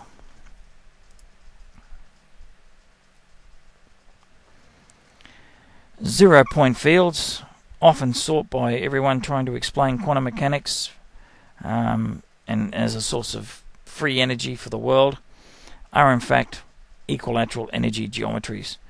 And being a single equilateral energy geometry of energy is a 1 geometry, so therefore it's an odd number, therefore it's a boson. So a zero-point field can also be called a boson of energy. Were it to have a circle around it, or a unit of time, it would be a boson of mass. And the mass geometries obviously come together to form standing waves of matter, and so that's the mass of matter, is the equilateral geometry of energy. All energy fields can be either plus or minus charges, depending on which side of the field you're measuring, and they're all made up of, obviously, electric fields and magnetic fields with their corresponding field vector fields for each one.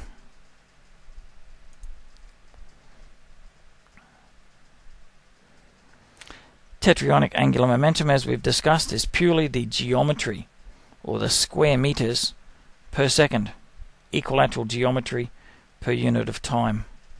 It's a hidden measurement because nobody was aware of the geometry of Planck's constant.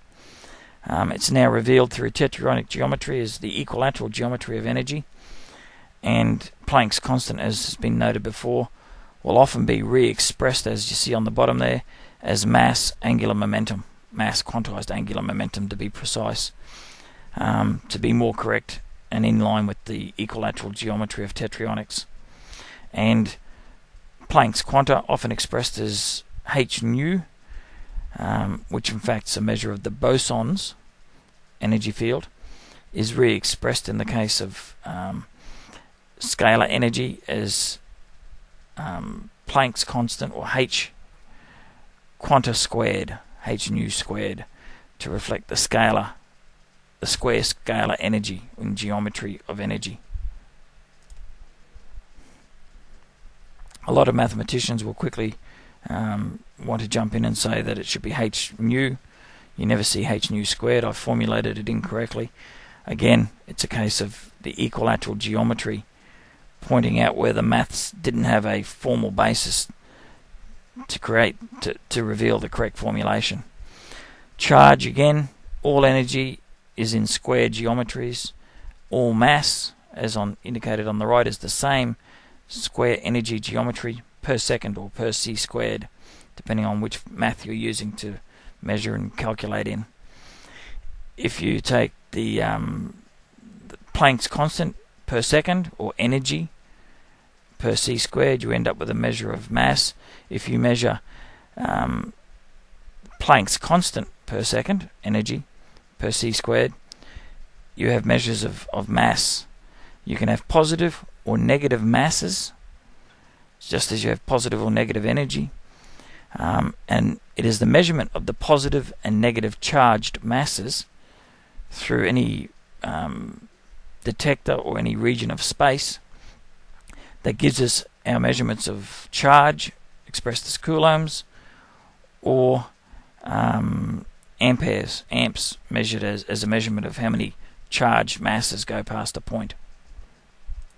Again, all the units of charge and permittivity and everything else come right back down to measurements of angular momentum, or equilateral geometry per second. Mass, energy, matter throughout the entire universe is simply positive and negative charges, or Planck energies, trying to equalize themselves under the second law of Tetryonics. Whether it's charge, or whether it's energy or mass, or atoms trying to form larger atoms, everything comes back to energy seeking to equalize itself. And the entire universe is then shown to be nothing more than a big Lego set of equilateral triangles. When you look closely at energy coming together to equalize, you'll find that within the square geometries of each equilateral energy geometry, you can only have certain arrangements of plus and minus energy quanta. They obviously must come together as plus and minus as they seek to form zero charge equilibriums. So in doing so, within each square energy geometry, or each mass, which is energy per second, you see the two geometries arising as illustrated at the bottom there.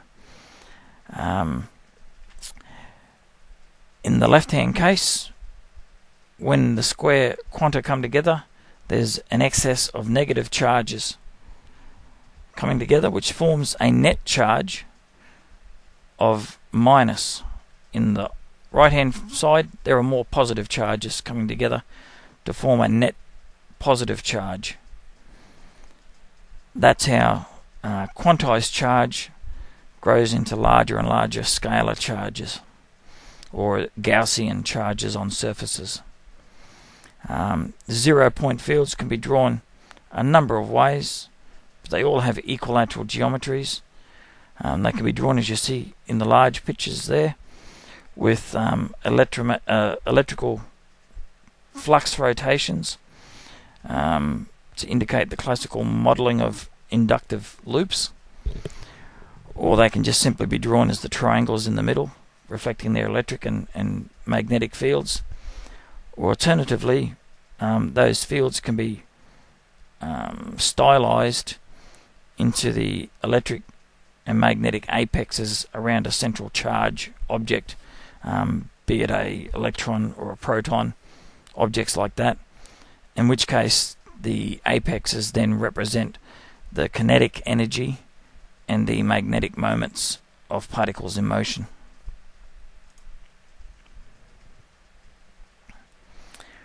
All elementary charges, or the +1 and -1 charges of electrons and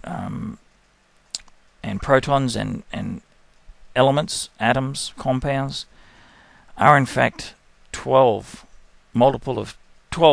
n multiples of the quantized charges of equilateral energy.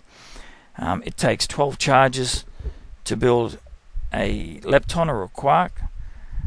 When the 12 charges combine through the law of interaction seeking equilibrium, or their lowest possible energy state, they form various charge multiples or net charges ranging between 0 and plus and minus 4, 8 and 12. 12 being the elemental charge of an electron, 4 and 8 being the 1/3, 2/3 charges of quarks, and 0 being the neutral charge of neutrinos. This quickly highlights the role of charge in forming matter geometries. So planar equilateral geometries of energy come together, interact seeking equilibrium to form three-dimensional geometries of matter. Those matter geometries we call neutrinos, quarks, leptons, baryons, or collectively fermions, as in donating their three-dimensional geometry means they can't exist in the same place at the same time.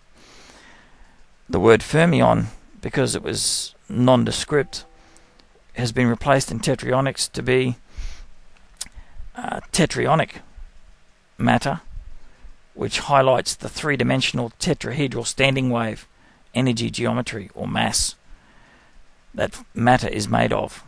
So where you see Tetryonic matter or T-pi geometries, you know immediately that it's matter and that it's a fermion.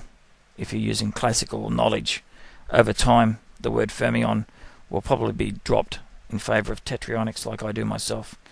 Again, the centre of the page just highlights that quantum charges or equilateral geometries come together seeking equilibrium, and their net charge is simply a balance, or what remains of the plus and minus charges in the geometry of that particle.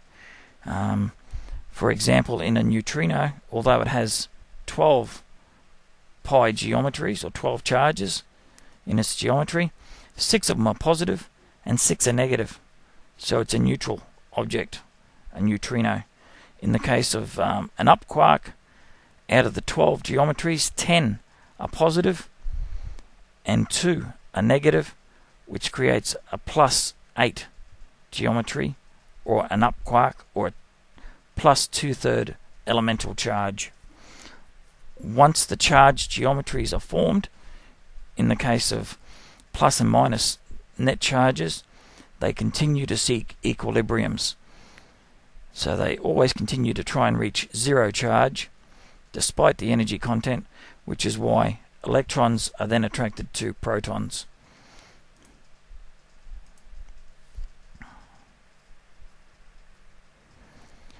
Again, mass, energy, matter are summarized this way. We have equilateral charge geometries down the bottom, energy in an equilateral geometry. So we have plus and minus charges. They seek equilibrium. The energy content is a mass content per second, as illustrated on the left-hand side. The energy being the middle one, without the circle of time measurement around it. And they come together as charged energy to form matter geometries, or T-pi geometries of energy per c to the fourth.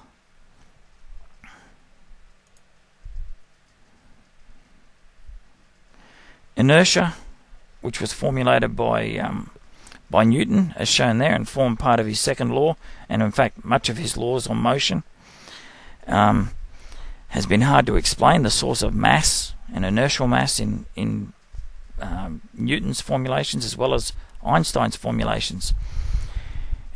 If you view the energy momenta, as we've discussed, as little triangles within the larger triangle of mass, you see the momenta, or the arrows, the square roots of the energy point in two directions within each energy or each mass geometry. So if you were to apply any additional momentum to that triangle to accelerate it, to accelerate the mass, it would resist, because in order for that triangle to go to a higher velocity, it can only accept odd numbered bosons. So if you're at a energy level of 1 and you wanted to go to an energy level or a velocity of 2, you would have to go to 4. You'd have to have 4 triangles of energy, so you could only accept an additional 3. If you come along with an energy of 4, you can only accept the 3. It's got to be an equilateral geometry. So if you view it in the terms of energy momenta, it's the momenta arrows in each mass geometry that creates inertia. It's pushing. It can only accept energy in certain amounts, so therefore it resists changes to its energy content. That exact same formulation can be re-expressed electrically if you use an inductive loop that's short-circuited, which are the vector rotations drawn on the bottom two pictures. If you view mass as a short-circuited electrical inductor, which is the electrical equivalent of mass, that circuit of energy will resist change to its energy content. It will store the energy as energy or mass, but to accelerate that energy or to increase its that mass's energy content requires specific energy changes, and they've got to create square energy geometries. So delve on that picture a bit more as you go through, but the two pictures there show the two different things: the triangular or quantized geometry in the background is physically how matter comes together in its quantized positive and negative charges to form a net charge or a mass, a net charged mass, whereas the rotational vector is a classical view of the electric view of an inductor, which creates exactly the same geometry in our normal electrical engineering terms. And in fact, you'll see that electrically we can use a lot of the things in quantum mechanics that Tetryonics shows us to build energy storage and energy production devices in our world to store and distribute clean, limitless energy anywhere that we choose. And again, we store that energy as mass, just like you do in a gas cylinder. The Planck quanta, just to refresh everyone's understanding again, is simply equilateral geometries of energy, square numbered quantas made up of odd numbered bosons. The bosons are what Planck measured, so they're normally expressed as hV or h nu, whereas energy is mv squared or Planck's quanta squared. But in all cases they follow the square geometry of equilateral energy. Charge is just a measurement of the quantized angular momentum, the equilateral geometry. As it's noted on the bottom there, the equilateral geometry is the physical geometry of what's going on and what's being measured for charge. It can be re-expressed or understood electrically with a classical rotation vector, although that vector does not exist in reality. It's they have the same name, angular momentum, but in the case of Tetryonics, I've gone to the length of describing the equilateral geometry as quantized angular momentum, and quantum angular momentum is the rotation of an atom about its axis, a physical rotation. Quantized angular momentum is not a rotation, it's an equilateral geometry, a square geometry per unit of time per second. Planck's number, this is the big one. This is where we start to point out where math was lacking the formal or the rigor of geometry in making its statements on energy. Planck's number, or Planck's formulation for bosons, is E equals N, Planck's constant, nu, or V, however you wish to write it.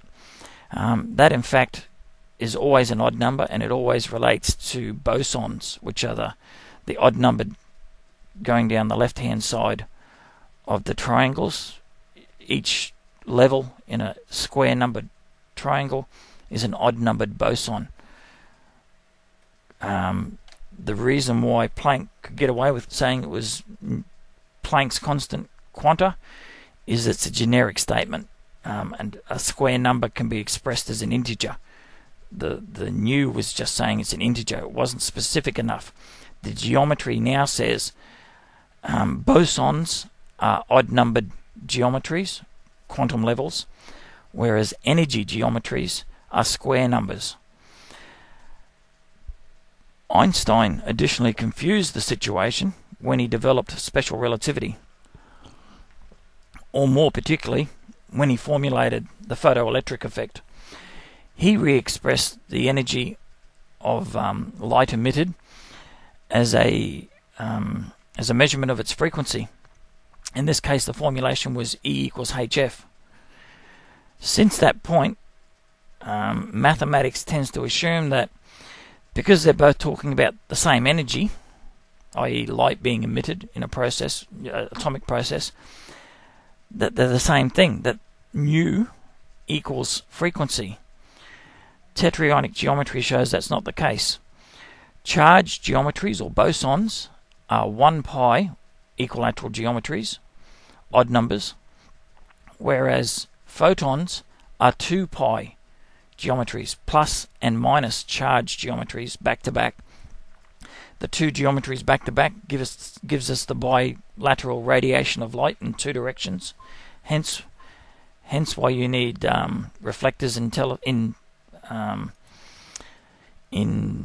flashlights to maximize, otherwise half the light is wasted. They're 2 pi geometries of radiated energy. To say h nu, or Planck's number, equals hf, or Einstein's formulation for light, is like saying 1 equals 2. It's completely incorrect, and it's not until you use the rigor of the geometry that you realize that the math formulation of the two is incorrect. So you'll see it pointed out in a number of spots throughout Tetryonics that nu does not equal F, and particularly in electrodynamics that 1 does not equal 2. So the math points this out along the way, because when quantum mechanics looks for quantum harmonic oscillators, which is just moving from one energy state or one charge to another and back again, a frequency, they quickly realize in the maths that what they're looking for has an energy of 1/2 the frequency. But they can't understand that because they consider the frequency of a photon to be a whole photon. They don't understand that the photon is made up of a positive and a negative charge back to back. The geometry explains that. And again, we're talking energy, equilateral energy geometries, and if you take a measurement of those energy geometries per second, as indicated up the top, you'll have a measurement of mass. The measurement of mass combined with the equilateral geometry, which is angular momentum, gives you Planck's constant. So in that one illustration there, we've explained where math went wrong between frequency and quanta, or Planck quanta, and where Planck's quanta comes out of the relationship between energy, mass, and angular momentum, specifically equilateral geometries in quantum mechanics. In fact, over time you'll come to the conclusion that special relativity, while the math works for all the wrong reasons, and that Tetryonics gives you the real geometry and the real physics of what was going on with the formulation of special relativity and general relativity. Again, quantum inductors the 0-point field, the 0-point energy, is simply an equilateral geometry.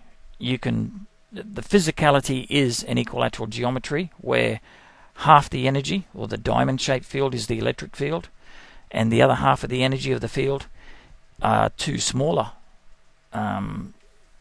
triangles or equilateral geometries, which are north and south magnetic poles forming a dipole. You never see a monopole.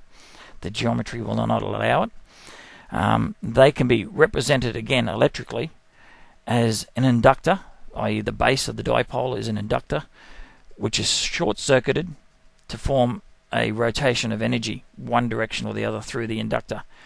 If you do that physically in our scale, you get a magnetic dipole with energy stored in it. That energy will resist changes to its energy state, and that's what we call mass. Of note is the fact that the quantum inductive circuit, or the 0-point field, doesn't oscillate. The oscillation comes about because, as we've discussed previously, they're mixing frequency with quanta up when they're chasing the quantum oscillators. With the geometry, you then see that the 0-point field is in fact an inductor with the energy circulating clockwise or anti-clockwise, and in fact that in the relativity formulations is just plus or minus time. If you have a positive angular momentum and you divide that by c squared, you'll end up with positive seconds.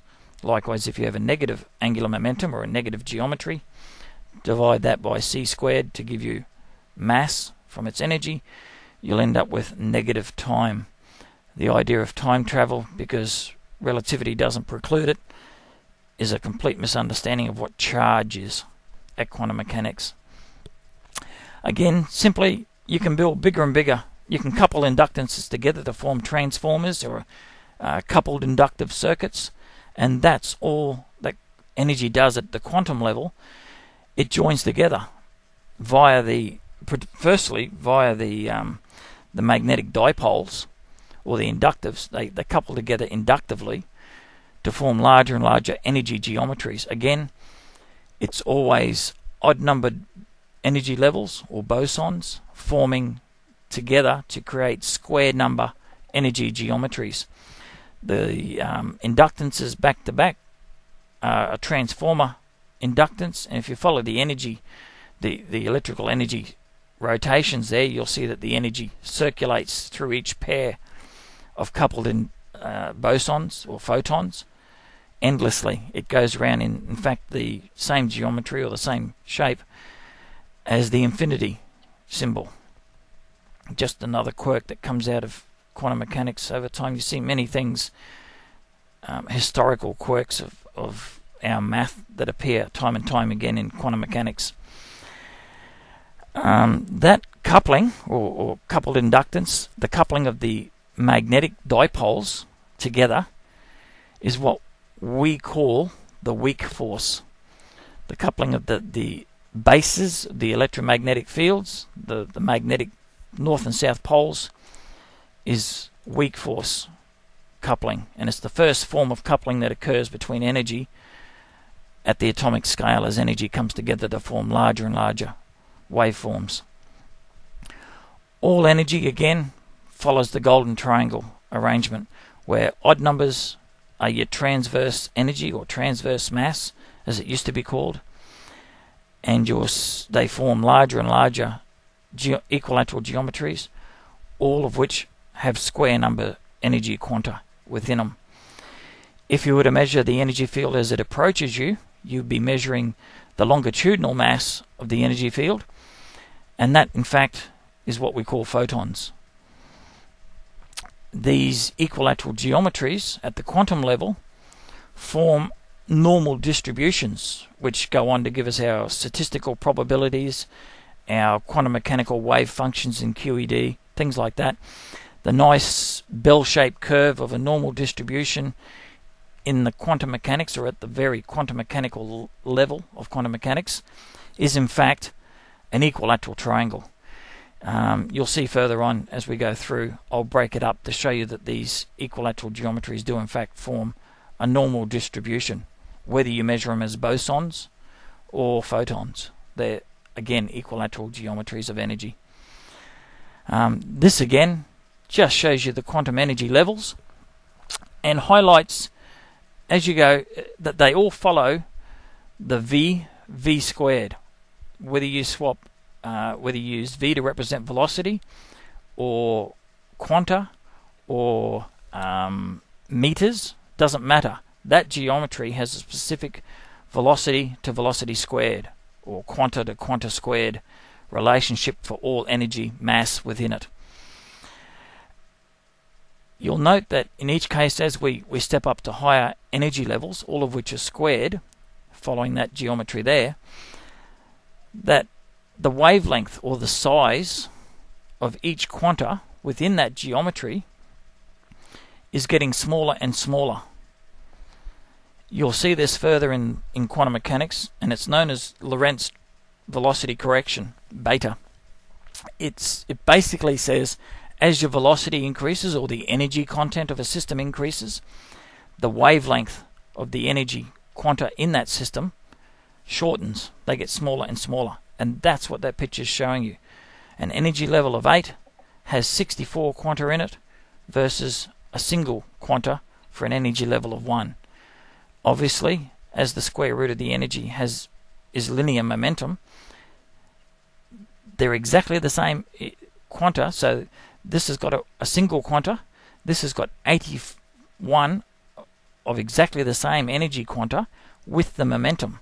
So the energy momenta of this triangle is 81 times that of this one.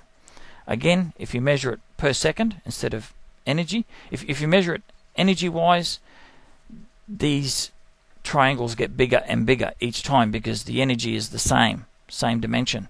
But if you measure it as mass content, or measure it as mass, the energy content per second, all these measurement triangles are in fact the same size. So if there'd been room, I would have drawn a circle around each of these energy triangles, and these E for energy would become mass, in which case you can see that the wavelength of the mass is smaller as the energy increases.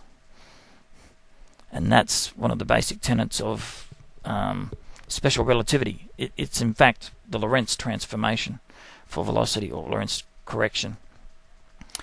Magnetic vectors, again a classical property put onto the classically measured electric and magnetic fields.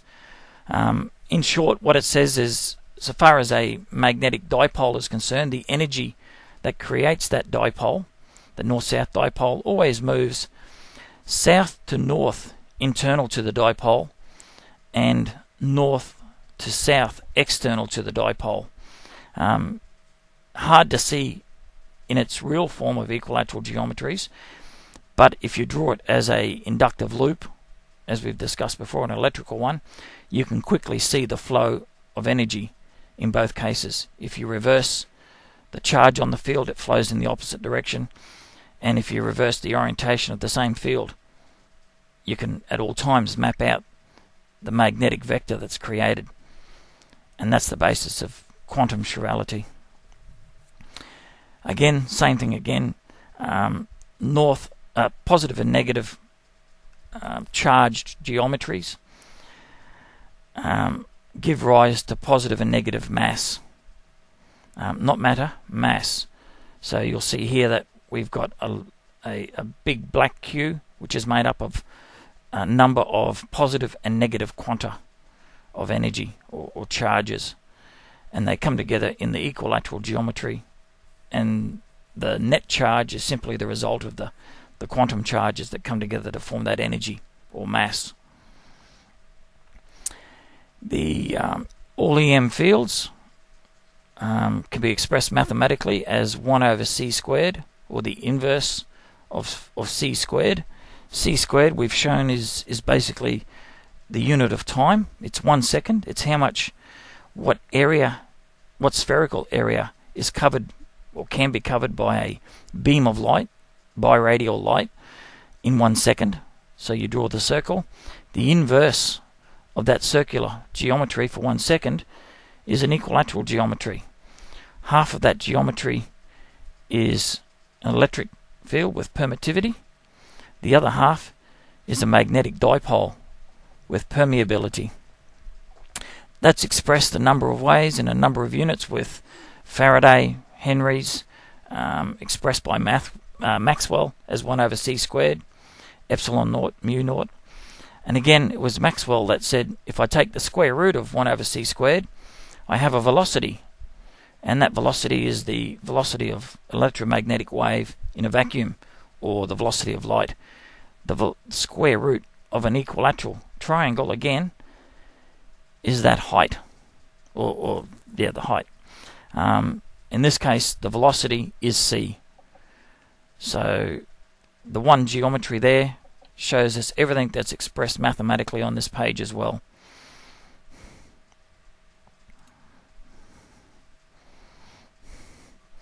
Delving further into electric field permittivity, obviously the permittivity is half of the electromagnetic field. It's normally expressed in Faradays per meter, or as more complicated physical units, or 1 over mu naught c squared, which is just a rearrangement of 1 over c epsilon naught mu naught, or 1 over c squared. It gives rise to Coulomb's constant of 1 over 4 pi electric permittivity, and it follows Gauss's law. In fact, it shows you how Gauss's law works. The only difference being Gauss again worked on the formulation of 4 pi geometries being spherical geometries, when at the quantum level they're in fact tetrahedral geometries.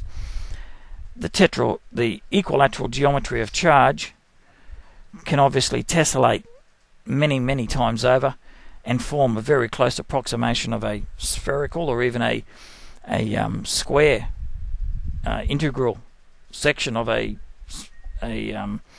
curved surface.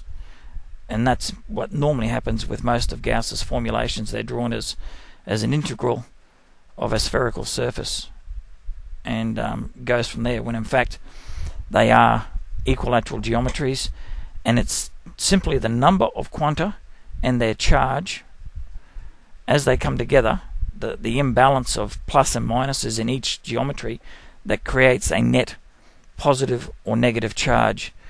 Again, we've represented this over years, and it can be represented as a short-circuited inductive loop where the energy rotates in one direction or the other through the inductor.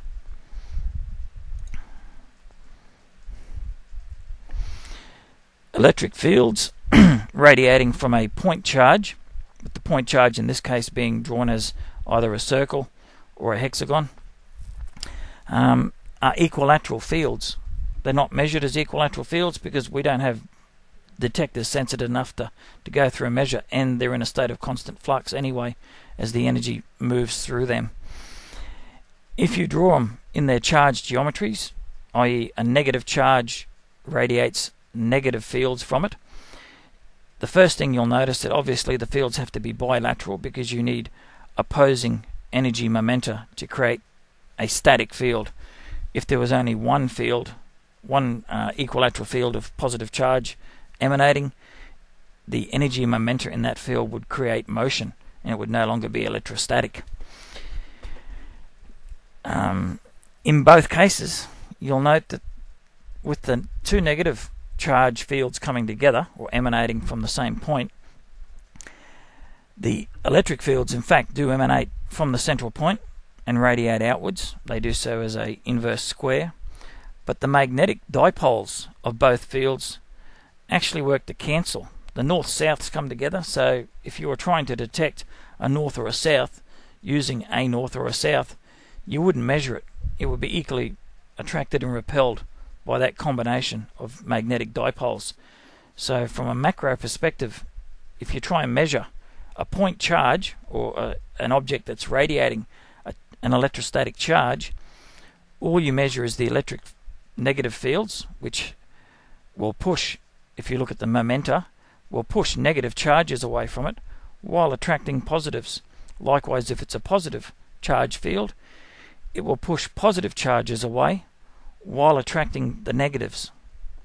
That's the basis of Coulomb's law of attraction, as he called it. It's given a slightly different name because it's not strictly attraction, it's an interaction. In Tetryonics, it's relabeled the law of interaction to distinguish it from gravity, because otherwise it gets confusing when you do quantum gravity. So the law of attraction, because it attracts and repels instantaneously at the same time within the charged fields, is retermed the law of interaction. Again, magnetic field permeability, which creates dipoles. There are no magnetic monopoles under any condition. The equilateral geometry of energy precludes monopoles from ever forming. You can't form it. Wherever you have energy, you have dipoles. You'll have what can be termed positive and negative magnetic moments, or if you measure it using the magnetic vectors, looking at it with the lines that are drawn here with the electric flux, you can see that positive and negative magnetic moments are in fact just opposite direction magnetic vectors, again resulting from positive and negative charge geometries.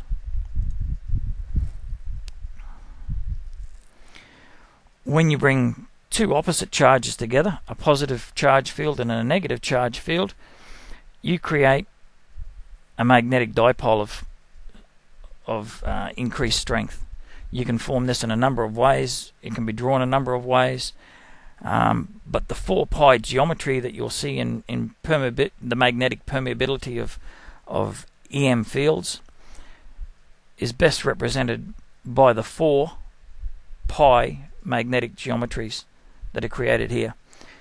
This same geometry in chem fields or kinetic EM fields, which are just single ones where the single charge geometry creates motion, is responsible for the magnetic fields that are created around wires in Ampere's law, and that are normally calculated using right-hand rules and things like that, Gauss's law.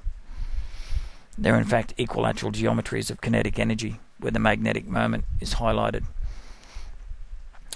Electrostatic fields, as we've commented, result from where you have two charge fields coming together and coupling via the weak force or their inductive bases to form a neutral grouping of a neutralized grouping of electromagnetic fields. Under the second law of Tetryonics, obviously all energy, be it charged or matter or whatever, seeks equilibrium. So they will start forming via the weak force almost immediately, just snapping together, and where they do, the energy momenta is opposed to create an electrostatic field. If it's two similar charges that come together, as you'll note here, it forms an electrostatic field, i.e. an electric field that has no motion. And from detection point of perspective, we won't detect a magnetic field, even though there are 4 north and south magnetic poles, or 2 dipoles in that arrangement. If it's opposite charges that come together via the weak force, they will form a dipole or a magnetostatic field, in which case we'll have a hard time detecting the north and south electric fields. Remembering, of course, that if you flip a north electric field and look at it from the other side, it's actually a positive. So these are neutral E fields, although the total geometries are negative. And this one, although the geometry is a positive, it is in fact a neutral E field. The interesting thing is that this neutral E field has often been not detected with our bar magnets, for example, or been redescribed in physics as kinetic energy, the energy of motion, where we don't have static fields, we have just a single field which the momenta induces motion. Again, because of the energy geometry and energy being mass per second, where the velocity is zero from cancelling out from opposing momenta, we have no momentum. The momentum still exists within the field via its energy momenta, but there is no net motion of the particle or the source of the field. A larger explanation of the same thing. Historically, we've drawn electrostatic fields as being spherical point charges or sources with fields emanating from them, with no real explanation of the dynamics of the field that creates the motion of other charged particles within their field.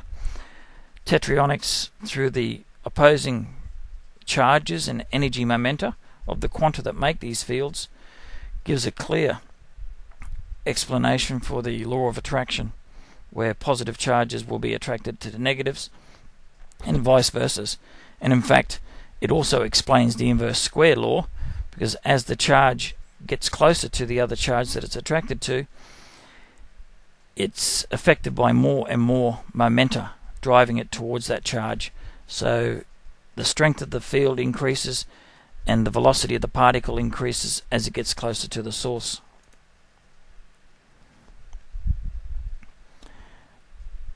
Again, we've drawn the same things for charged, neutral and electrostatic geometries, for particularly trying to describe the acceleration of charges within those fields.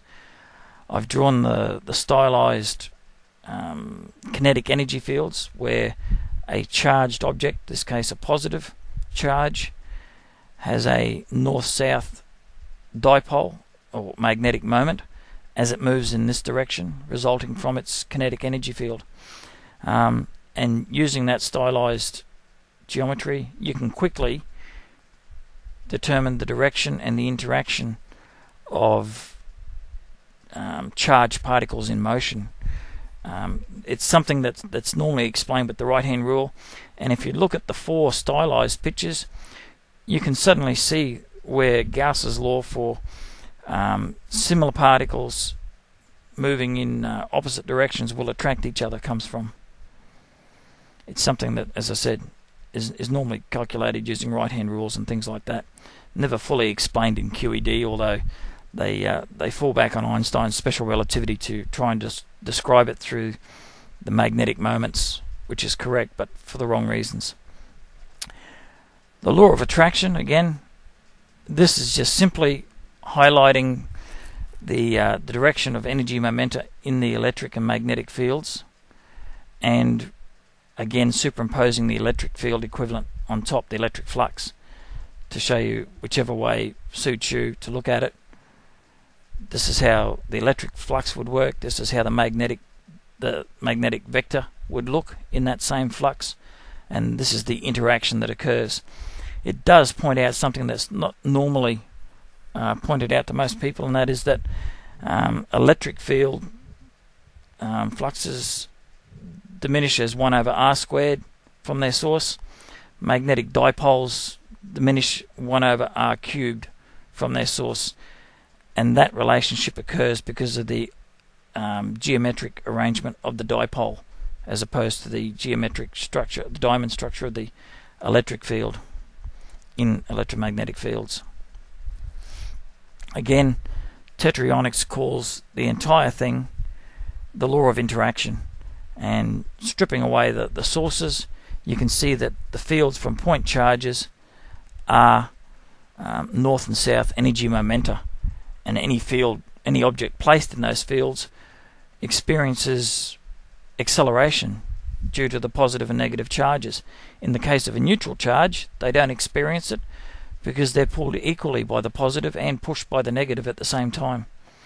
They always follow Lorenz's force law, and if you stack all possible field combinations on top of each other, you can suddenly derive Gauss's formulation for electric force, or Coulomb's formulation for electric force, out of the law of interaction and its geometry.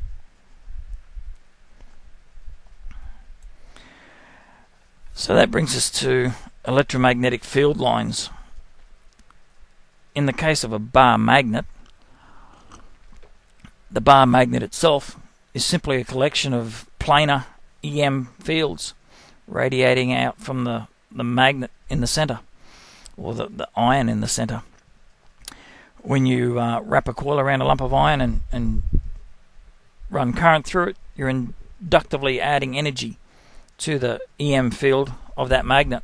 It stores it as equilateral energy momenta triangles in the field and enhances that field. All magnetic dipoles have this geometry of positive and negative charge fields back to back. You follow the electric field flux that's drawn on there. They follow the lines of force of bar magnets or magnetic fields. Normally they're termed magnetic fields because, again, the positive and negative charge components of that field are neutralized and can't be detected. You will note right at the very center a point like a singularity where the electric and the magnetic fields all cancel out.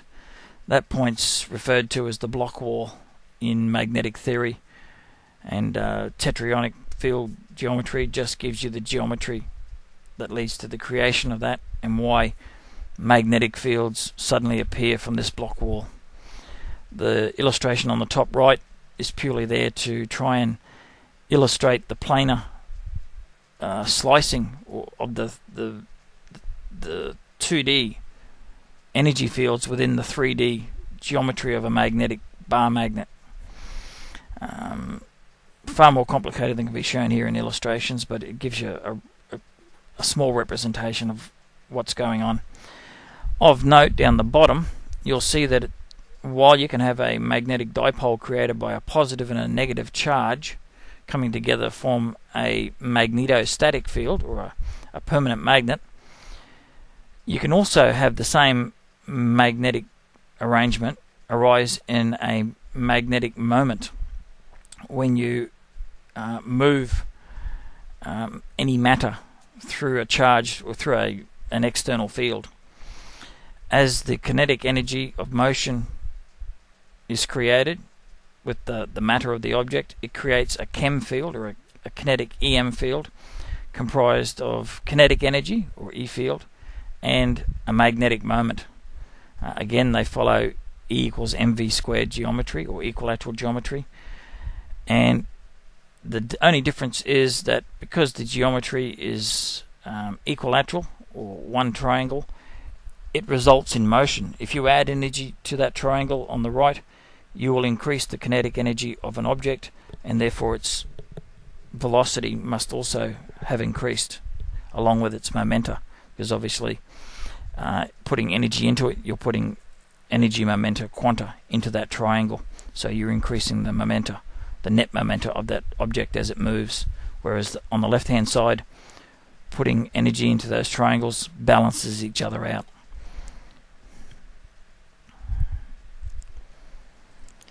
As I've just commented, single equilateral triangles or charged geometries are quantum inductive loops. Two similar charges coming together form a neutralized dipole and a charge field, or electrostatic energy. Single opposite charged electric fields, EM fields coming together, form a magnetostatic energy field, which is identic to the energy field of a kinetic. Is identic to the kinetic energy field, or KEM field, of objects or matter in motion, all of which have equilateral geometries. Again, these equilateral geometries are all square energy geometries, and the wavelength of each energy of the energy momenta in these fields, when measured as mass, their wavelength decreases due to the energy per second measurement of that field.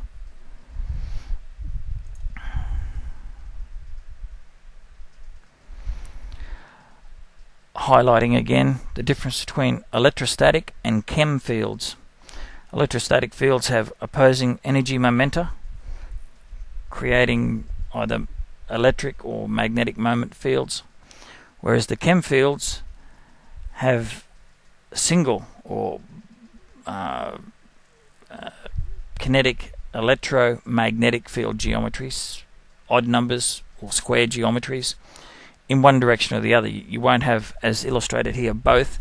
You'll have either a particle moving down or a particle moving up, and again the motion is due purely to the amount of energy momenta that is stored within that geometry, or the amount of kinetic energy and its magnetic moment. Historically they have been separated, but they're in fact the same thing. This is just another re-explanation of the same thing. The kinetic energy is in fact a photon geometry. Force, in this case what we're pointing out is that a negative charge in motion will create a negative geometry chem field, and a positive charge in motion will create a positive charge chem field. It's these chem fields that radiate out from the charge in motion at the speed of light and create the law of interaction between charged particles.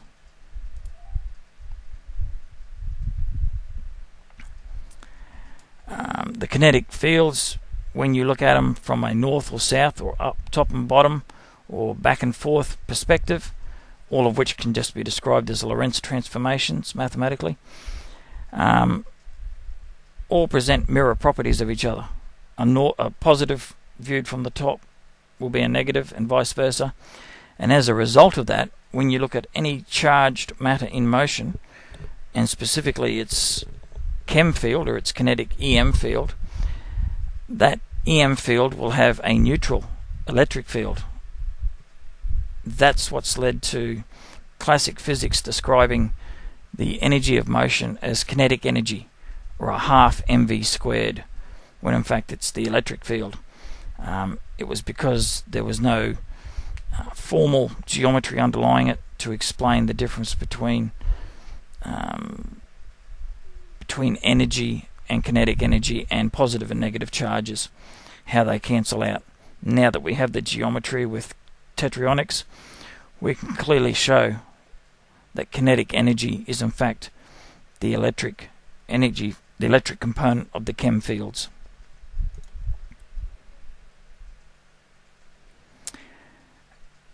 As I hinted before, there's a law within electromagnetics or electrical theory called the Biot-Savart, I believe it's pronounced.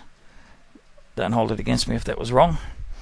Law, basically it says that electric fields propagate away from their source, or diminish away from their source, as according to the inverse square law, whereas a magnetic dipole will diminish from its source as 1 over cubed, or 1 over distance cubed.